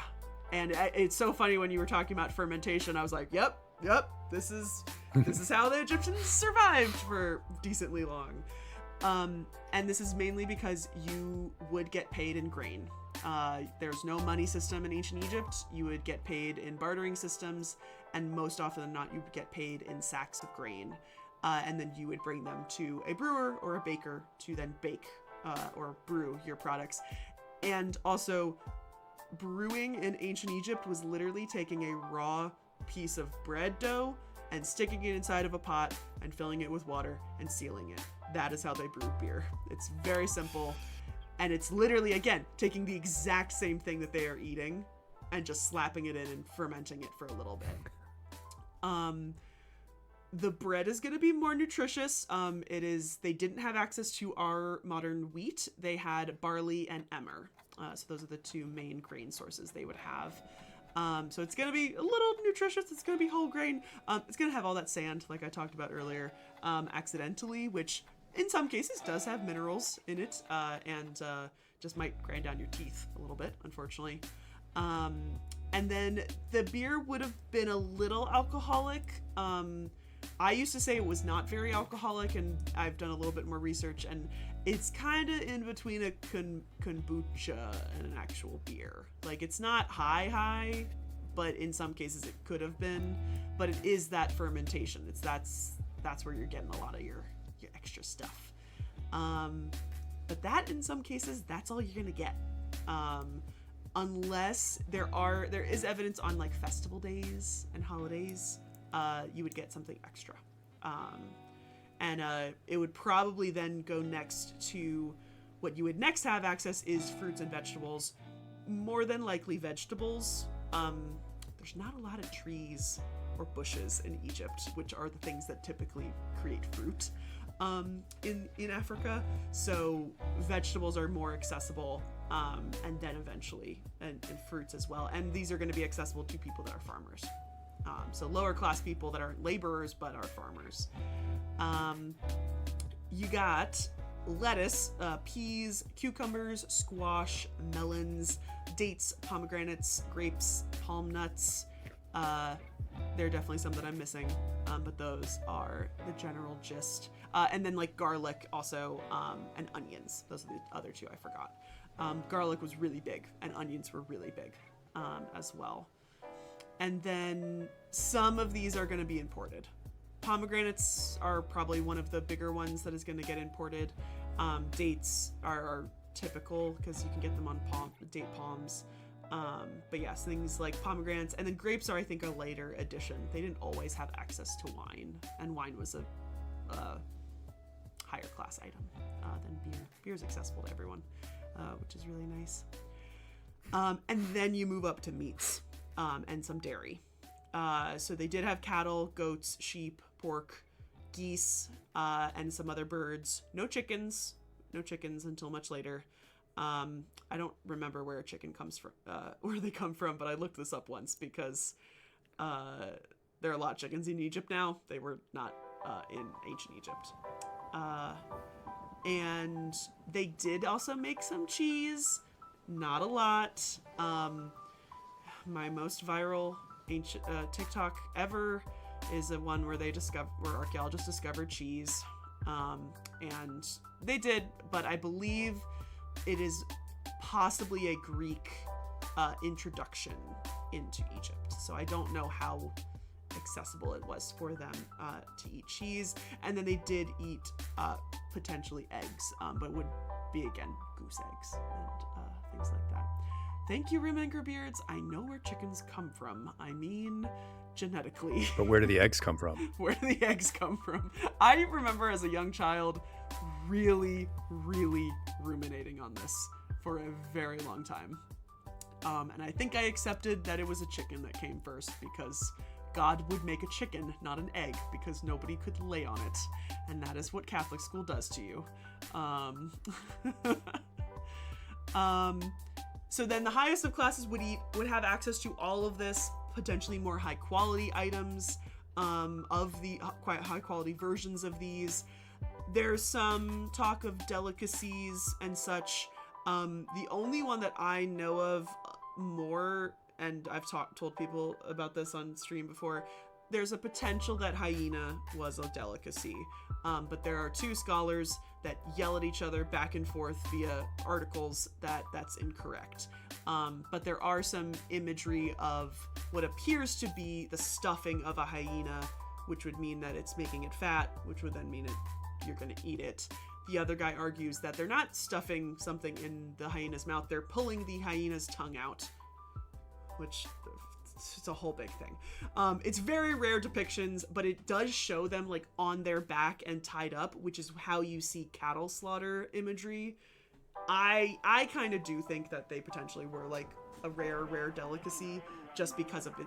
There are so many similarities between how they're sort of depicting the hyena, but as it is, they don't live in Egypt, so they would be a bigger delicacy, obviously.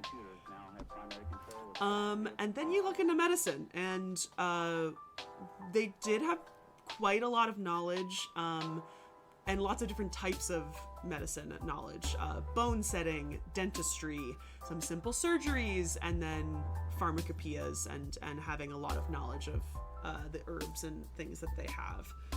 So mostly we get this from papyri that have been preserved. They all almost entirely come from the exact same time period, so that it limits us of like what was the early knowledge of medicine and herbs, but it does give us a lot of information about the New Kingdom, which is very helpful.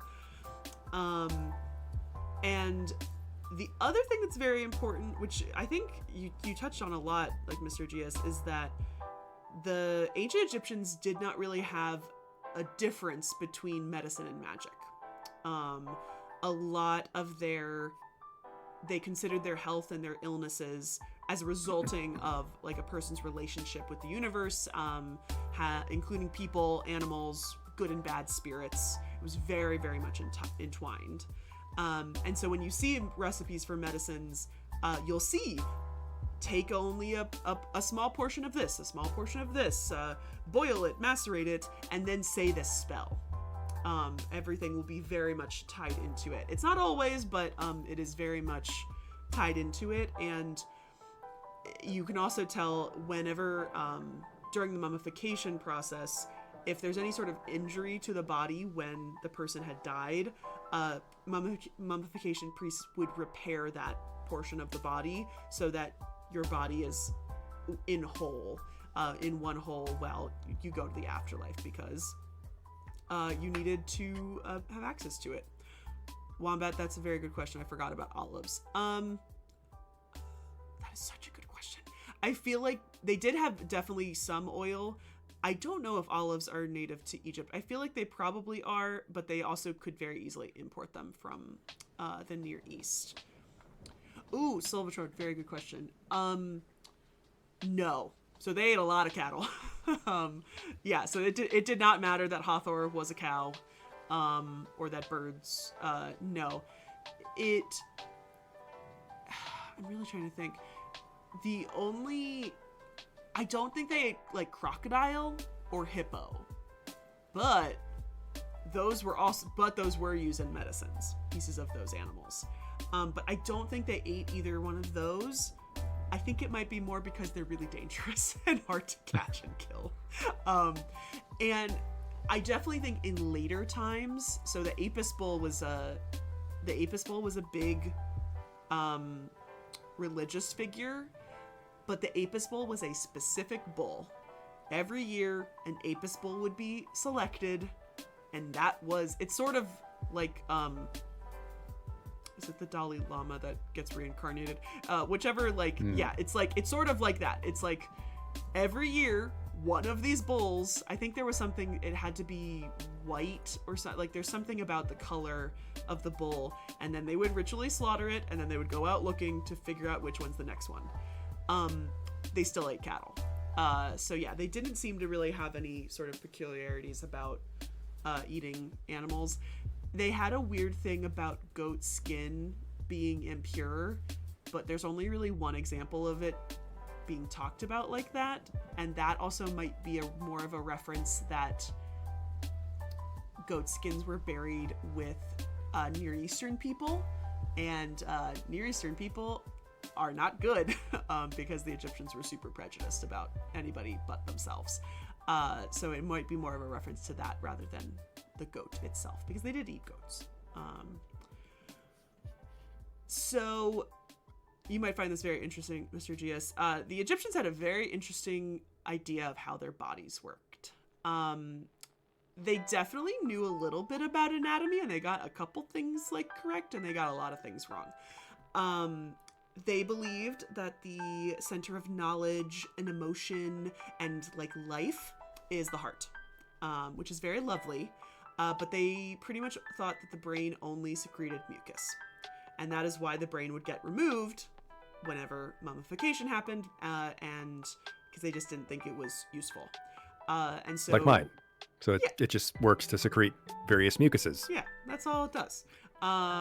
So they removed, almost always they removed the brain, or they disintegrated the brain during mummification, which cracks me up because whenever I think about if the ancient Egyptians were right about the afterlife and that you did sort of rise out of your body, everyone in the afterlife is a zombie, like has no thoughts, has no brain, nothing, does not work at all, which always cracks me up thinking about that.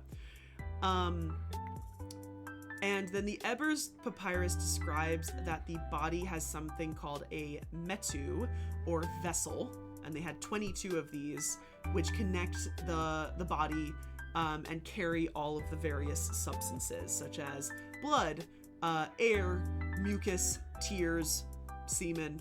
All of these are going through these metu vessels, and they're controlled by the heart, and then they're linked up at certain junctures. And we talked about this, if anybody remembers from our medical discussion, is that they really, really were in times that the womb is directly connected to the heart, like via one vessel. And there were a lot of translations of text saying like, this will clear the womb and that vessel, which is clogged. And so they believed that anytime you had disease, essentially one of those vessels is blocked by a foreign or noxious material that they called wekedu. And so I went deep in to find a list of medicines and, well, not medicines, ingredients for medicines, because they were all, any combination you want to think of, they've done it. I can guarantee they have. Because a lot of the translations of these texts give you maybe almost over 20 different recipes for the same problem. Like the first one will say, for indigestion or something, do this, and then the next one will say, for the same, and every next 20 to 50 will say, for the same, for the same, for the same, and it'll just be anything. And so it tells us that probably those texts are meant to be pharmacopoeias, are meant to be a reference text to these people, but how the hell they knew which one to pick, I have no idea. And many are very different, and many are very close and the same. So I put a link in the chat for this article that I found, which is called Traditional Ancient Egyptian Medicine, a Review, from the NIH, and there's a lovely chart of all of the things I am briefly going to mention that you can look at, and has listed reasons as to why the Egyptians would use it, and it also gives its scientific name, and then you guys can go and cross-reference to your delight. But the Egyptians used a wide range of minerals, metals, animal and plant sources for their treatment. And for the plants, they tried to use all the different parts of it: the fruit, the leaves, the juice, the roots. So some of the plants that are mentioned are acacia, anise, barley, cassilla, castor bean, coriander, cucumber, cumin, date, fennel, fig, mulberry, garlic, gourd, juniper, leek, lettuce, lotus, peas, poppy seeds, saffron, sunflower, something called streax, terebinth, wheat, willow buds, white thistle, and wormwood, which some of those I definitely know. Some, like obviously we mentioned castor oil as well, and I know wormwood has a lot of things. Acacia gum doesn't do a lot of medicinal things, but it's also good for making paints and making pills, and I talk about it at work because is also called gum arabic, is used frequently for making pills and paints in more modern apothecaries. And yeah, if anyone wants a deep dive into that chart, I probably will later. I just This week's been a little crazy. Acacia is probably my favorite symbolically because of the like a lot of religious significance. I was, I mean, you technically never stopped being, but I was a Mason, and acacia is very prominent in their symbology, their symbolism that it's, you know, an immortal plant, and it does have antiseptic properties, and so, you know, you get this like the ancients knew some things, and it does have these kind of properties. It's just they didn't really know for certain. But I just love the symbolism of, you know, the plants and renewal and you know, acacia and wormwood in particular. It's like wormwood, the ancients just they knew so many things, but then they got so many things wrong, and it's funny now to look back at, and it's funny now to think of, oh, they're obliterating the brain. Wow, they thought that the heart and the womb were directly connected, but it's like we have so many odd beliefs ourselves. And I think you said earlier, the more that you've studied, the more you realize they're just like us. Yeah. And people are going to say that about us in the future when they're studying us. If people survive 1,000 years from now, like I remember I used to live in a place where they thought they invented the hamburger. It's one of those places that makes a claim that they think they invented the burger. There's this big statue of the guy, and he's holding out this burger. And I wrote in high school, we were given an archaeology assignment or something like that, like write about an archaeologist in the future going somewhere. And I wrote about if aliens or whoever would come down and they saw, you know, the ruins of humanity and they saw this town, they would think that we worshipped a burger god. Yeah. Because we've got this statue of this guy holding up this, they would think he was some kind of like agricultural god, or like, you know, he came down from the heavens and descended and gave us the burger.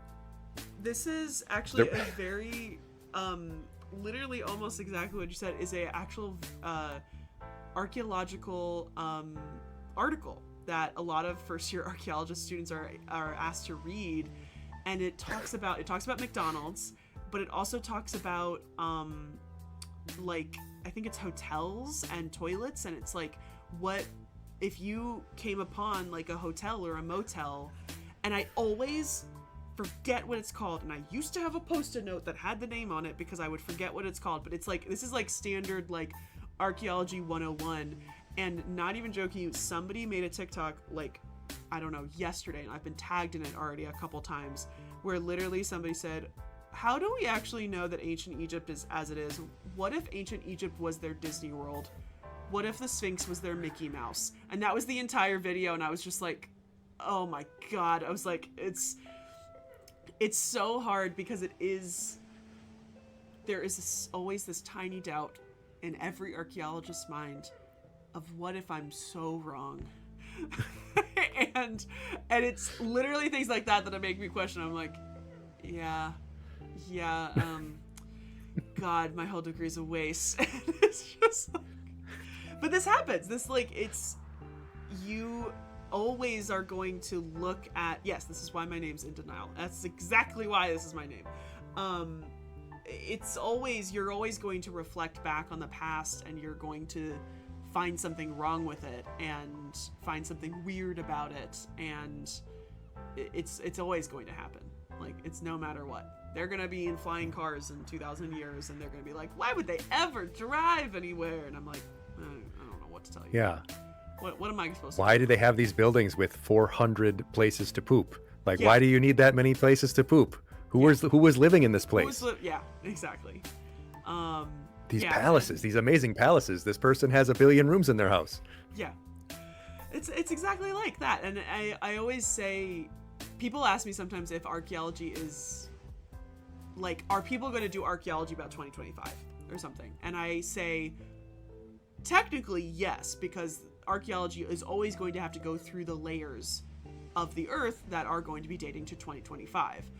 Are they going to be actually physically studying us as much as we do about peoples before us? Probably no.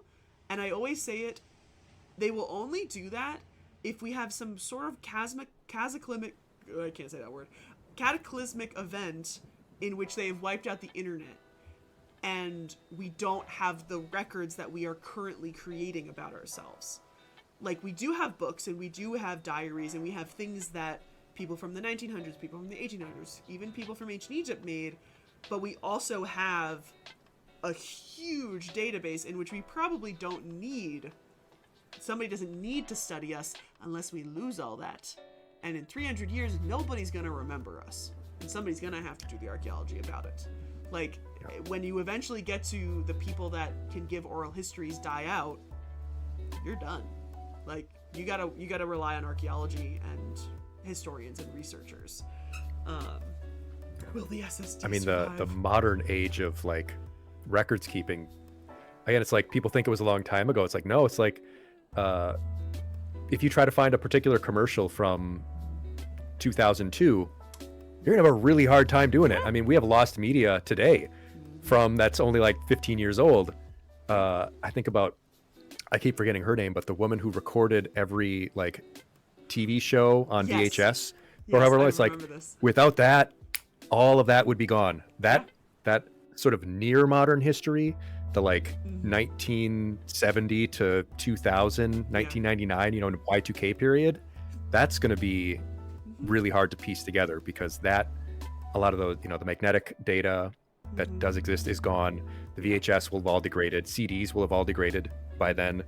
You really do have to hope that, you know, SSDs and like long form or hopefully soon like crystal data storage will survive and last. Absolutely. The last things I have is just about metals and minerals, and then all the animal products. Metals and minerals are a little bit harder to gauge, because more often than not, I know these lists are definitely shorter than they could be, because there's a lovely thing when it comes to ancient Egyptian language that if you look through like an ancient Egyptian dictionary, you will see things that are just described as plant or metal, because we have the Egyptian name for it, we have no idea what they're referencing. And that unfortunately happens. There's a lot of plants that are like this, and there's a lot of like specific animals. It's not like we've lost their animals. There are like 10 different types of geese. And it's just the Sir Goose, the Sere Goose, the Guest Goose. And I'm just like, I don't know what the difference is, but there is obviously some difference. And we can get it because of the determinatives and the hieroglyphs that show us an image of a goose. So we know it's an animal, and we know it's a fowl of some sort. We have no idea what they are differentiating between them. So for some of the metals, we have antimony, alum, carbon from charred wood, copper feldspar, iron oxide, limestone, red ochre, sodium carbonate, sodium bicarbonate, salt, stibnite, which I don't know what that one is, sulfur, and then probably some arsenical compounds, and the evidence for that is actually growing very large. If it's used in medicine, it's not as much. More and more evidence is coming out that ancient Egyptians, for building pyramids and building buildings, they used either naturally arsenical copper or added arsenic to copper to make it stronger. Because people are always like, copper doesn't carve giant stones for the pyramids. I'm like, hey, actually, if you add arsenic to it, it becomes pretty strong. Not as strong as iron, but it becomes much stronger than you think it is. And so there's more and more evidence that they had some sort of natural source of arsenic that they could have also used in medicines, which is not good, but people in the 1800s did that too. So, and then the last thing is the animal sources, and so most of it's going to be like the fat or the grease from different animals. But you also get the urine, the egg, the feces or the milk, along with the blood, bone, meat, bone marrow, bile, liver, spleen, or skin of animals that are frequently listed in these medicinal compounds. And the very wide range of animals that I was able to find: cow, goose, donkey, man, thrown in there, which is a little creepy, cat, pig, mouse, goat, sheep, bat, hippopotamus, antelope, dog, insect, ostrich, pigeon, pelican, raven, frog, lizard, snake, tortoise, crocodile, and fish. So, very wide range. That's pretty much every animal that they could get access to relatively quick. You'll notice like lions not on there. Lions were technically extinct in Egypt as early as the Old Kingdom, but most of those are the animals that they typically would have. And they seem to use, unfortunately, I have seen feces of a lot of these animals in medicinal recipes, which sucks. Sucks for them. Yeah, don't even know what to say about that, to be honest. Just No. Not great. So there is one thing that I needed to make sure that I asked about, because Okay. I've heard about this and people out there may have, and that is the fact that since we're talking about supplements and people taking weird things to try to improve themselves or fix things, and that is Europeans consuming mummies. Oh, yes. Digging up and consuming Egyptian or other European mummies. Oh, yes. Did they really do this? Yes and no. So I have many TikTok videos about this. And I've included this in, if not 2 or 3 of my lectures, including the one we just did, which is Oops, All Victorians. Yeah, I've talked about this so much. So the big thing is yes and no. Similar to a lot of the stuff you're talking about with the supplements, there's a big misinformation campaign that has gone around the internet very lately that is completely incorrect, which is Victorians ate ancient Egyptian mummies, and that is not true. By the Victorian period, this fad was not around. The Victorians were just getting to the point that they were smart enough not to do those things, even though they were doing other crazy things to mummies, i.e. our lecture called Oops, All Victorians I did just a couple weeks ago. But some of this medicine, mummia is what it's called, some of those were still in production or still on pharmaceutical lists as late as the 1920s. They probably did not contain Egyptian mummies. The main reason that people would want to do this is a giant mistranslation. So what they actually wanted to take was bitumen, so natural pitch or asphalt. And Arabic medicinal scholars in like the really early 6th century maybe, were using it and were getting natural, it was naturally coming out of the ground, and they were using it as kind of an all-cure medicine and using it for a lot of different things. I think a lot of internal medicine, but also used for topical cuts and stuff like that.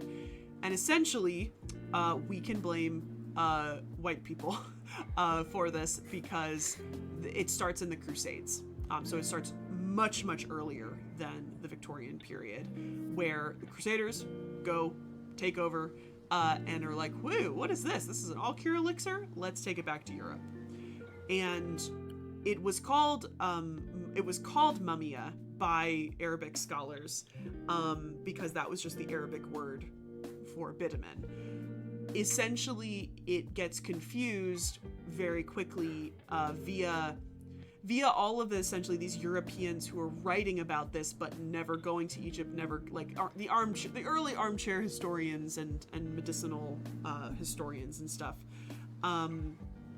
where essentially it gets confused with ancient Egyptian mummies. Specifically, it's because certain ancient Egyptian mummies, like typically after the New Kingdom, were, when mummified, poured over with a black resin. In some cases made with bitumen, but not all cases. But a lot of mummies were poured over with this resin, or the coffins were poured over with this resin to make it this dark black skin. Ancient Egyptians loved the color black. It was all about fertility. It was about making sure that the fertile dark soil of the Nile, so the color black had nothing to do with their skin color and all of that. Their land was called Kemet, the Black Land. So black, fertility, all has to tie in with this. So When it starts getting confused that they think mummia is the black exudate or the black resinous material that is coming out of mummies, yes, they do start to grind up Egyptian mummies. But again, this is super early. This is when like the Ottomans were still like ruling Egypt, like before mass Europeans were even going to Egypt. It was very much a sealed country before the 1790s. So this is like way, way, way early. And eventually Egypt bans the exportation of mummia from Egypt in the 16th century. So still very, very early. So what are the Europeans gonna do? They're missing their mummia. They start grinding up their own dead corpses. They start mummifying, like figuring out like quick mummification, quick drying, and grinding up their own corpses, and making mummia themselves. So after the 16th century, the likelihood that mummia was made out of Egyptian mummies is less likely. I don't doubt that it's still possible. Like I don't doubt that it still existed. Solvatrode, no, it did not appear so, that there were like, it's kind of the funny thing is that we know all this information, but we don't even know like what the process was or how many mummies they're on. Hi Mark, welcome on in. Yeah, we're just wrapping up our discussion talking about mummia, as per usual, the IE Egyptian supplement. But yeah, there's not a lot of actual detail of like how the process was done, who was doing the process, and it's mainly because of the time period. None of this stuff is getting recorded or written down. And then what was the other thing I was going to say? Yeah, so it's mainly probably not Egyptian mummy, like you can assume. There's probably some that was still rotating around by like the Edward, like right before the Victorian period, but it was mostly out of fad. And then we also, in our Oops All Victorians, we also talked about mummy brown, which is the use of ancient Egyptian mummies, ground up Egyptian mummies to make paint, which also was used closer to the Victorian period. But we also figured out that they were also using something called a guanche mummy, which is the mummified remains of indigenous people from the Canary Islands, as well as criminals and possibly enslaved people.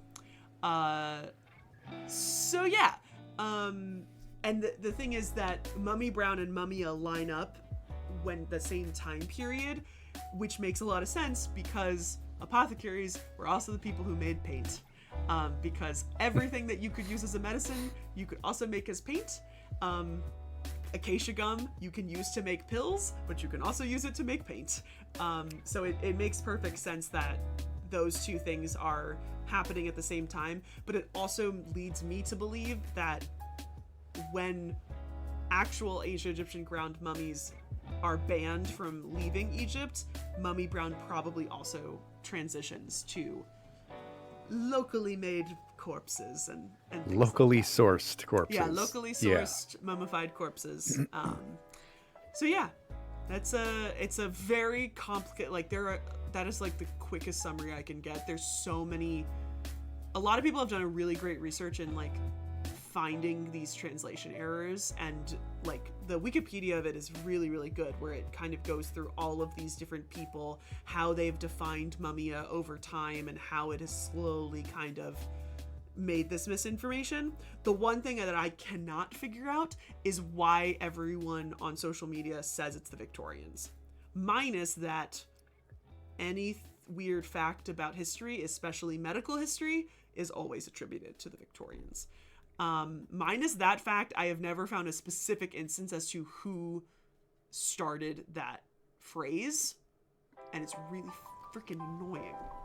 Always have to correct people in the comments. Yeah, there are so many terrible things that they were doing. I mean, Yes. there's blame to go around. We can Yes. spread it around. Yeah, absolutely. But yeah, Very, very good question, because it is, in a weird way, it's an Egyptomania supplement. It's not what the Egyptians were taking, but it is the mania of it. But again, I mean, that's the exoticization of it, the mythologization of it. I mean, it ties into basically every kind of the historical parallels we were talking about with supplements. But yeah, the desire for quick fixes never ends, and the willingness to exploit never ends. But I leave off with my common refrain: be judicious, think about what you're putting into your body, talk to your doctor first if you can. But I think we've kept you up enough. Yes. Want everyone to get some good sleep, hydrate, put your phone away at least 15 minutes before you go to sleep, take a couple deep breaths. And we'll see you around. I really appreciate you having me on. I know we've had a little bit of technical scuff at the start, but that's how Twitch works. That's just how Twitch works. I'm going to give you one more shout out. Everyone go follow Mr. Aejis. Everyone go learn some more about health and wellness, this all will get edited and slightly edited, not a lot of editing, but as much editing as I can stand, and we'll go on our YouTube, so you guys can catch back in and head on over to him to ask more questions and such. But thank you. This was so enlightening. This was great. I was very worried at the first because I was like, this is the first season that I've gotten people that a lot of like guests, like probably over almost half of guests that like are very far from history and like archaeology, and so I was like, how can we tie this all together? And like this one was great, so many great parallels. We also had a mathematician on too, and I was like, I don't know if we can do this, and they both turned out amazing, and so I'm like, this is absolutely was so amazing. Yeah, you can always turn it into history, I guess. Yeah, everything ties into history somehow, and I think we had a great conversation. I'm so glad I got to meet all of your wonderful community members, and thank you all so much for your time and attention and your wonderful questions and conversation points. Hope to see you all again sometime soon. Get some good rest. I will see you next time. That's all I have for you. Class dismissed. Have a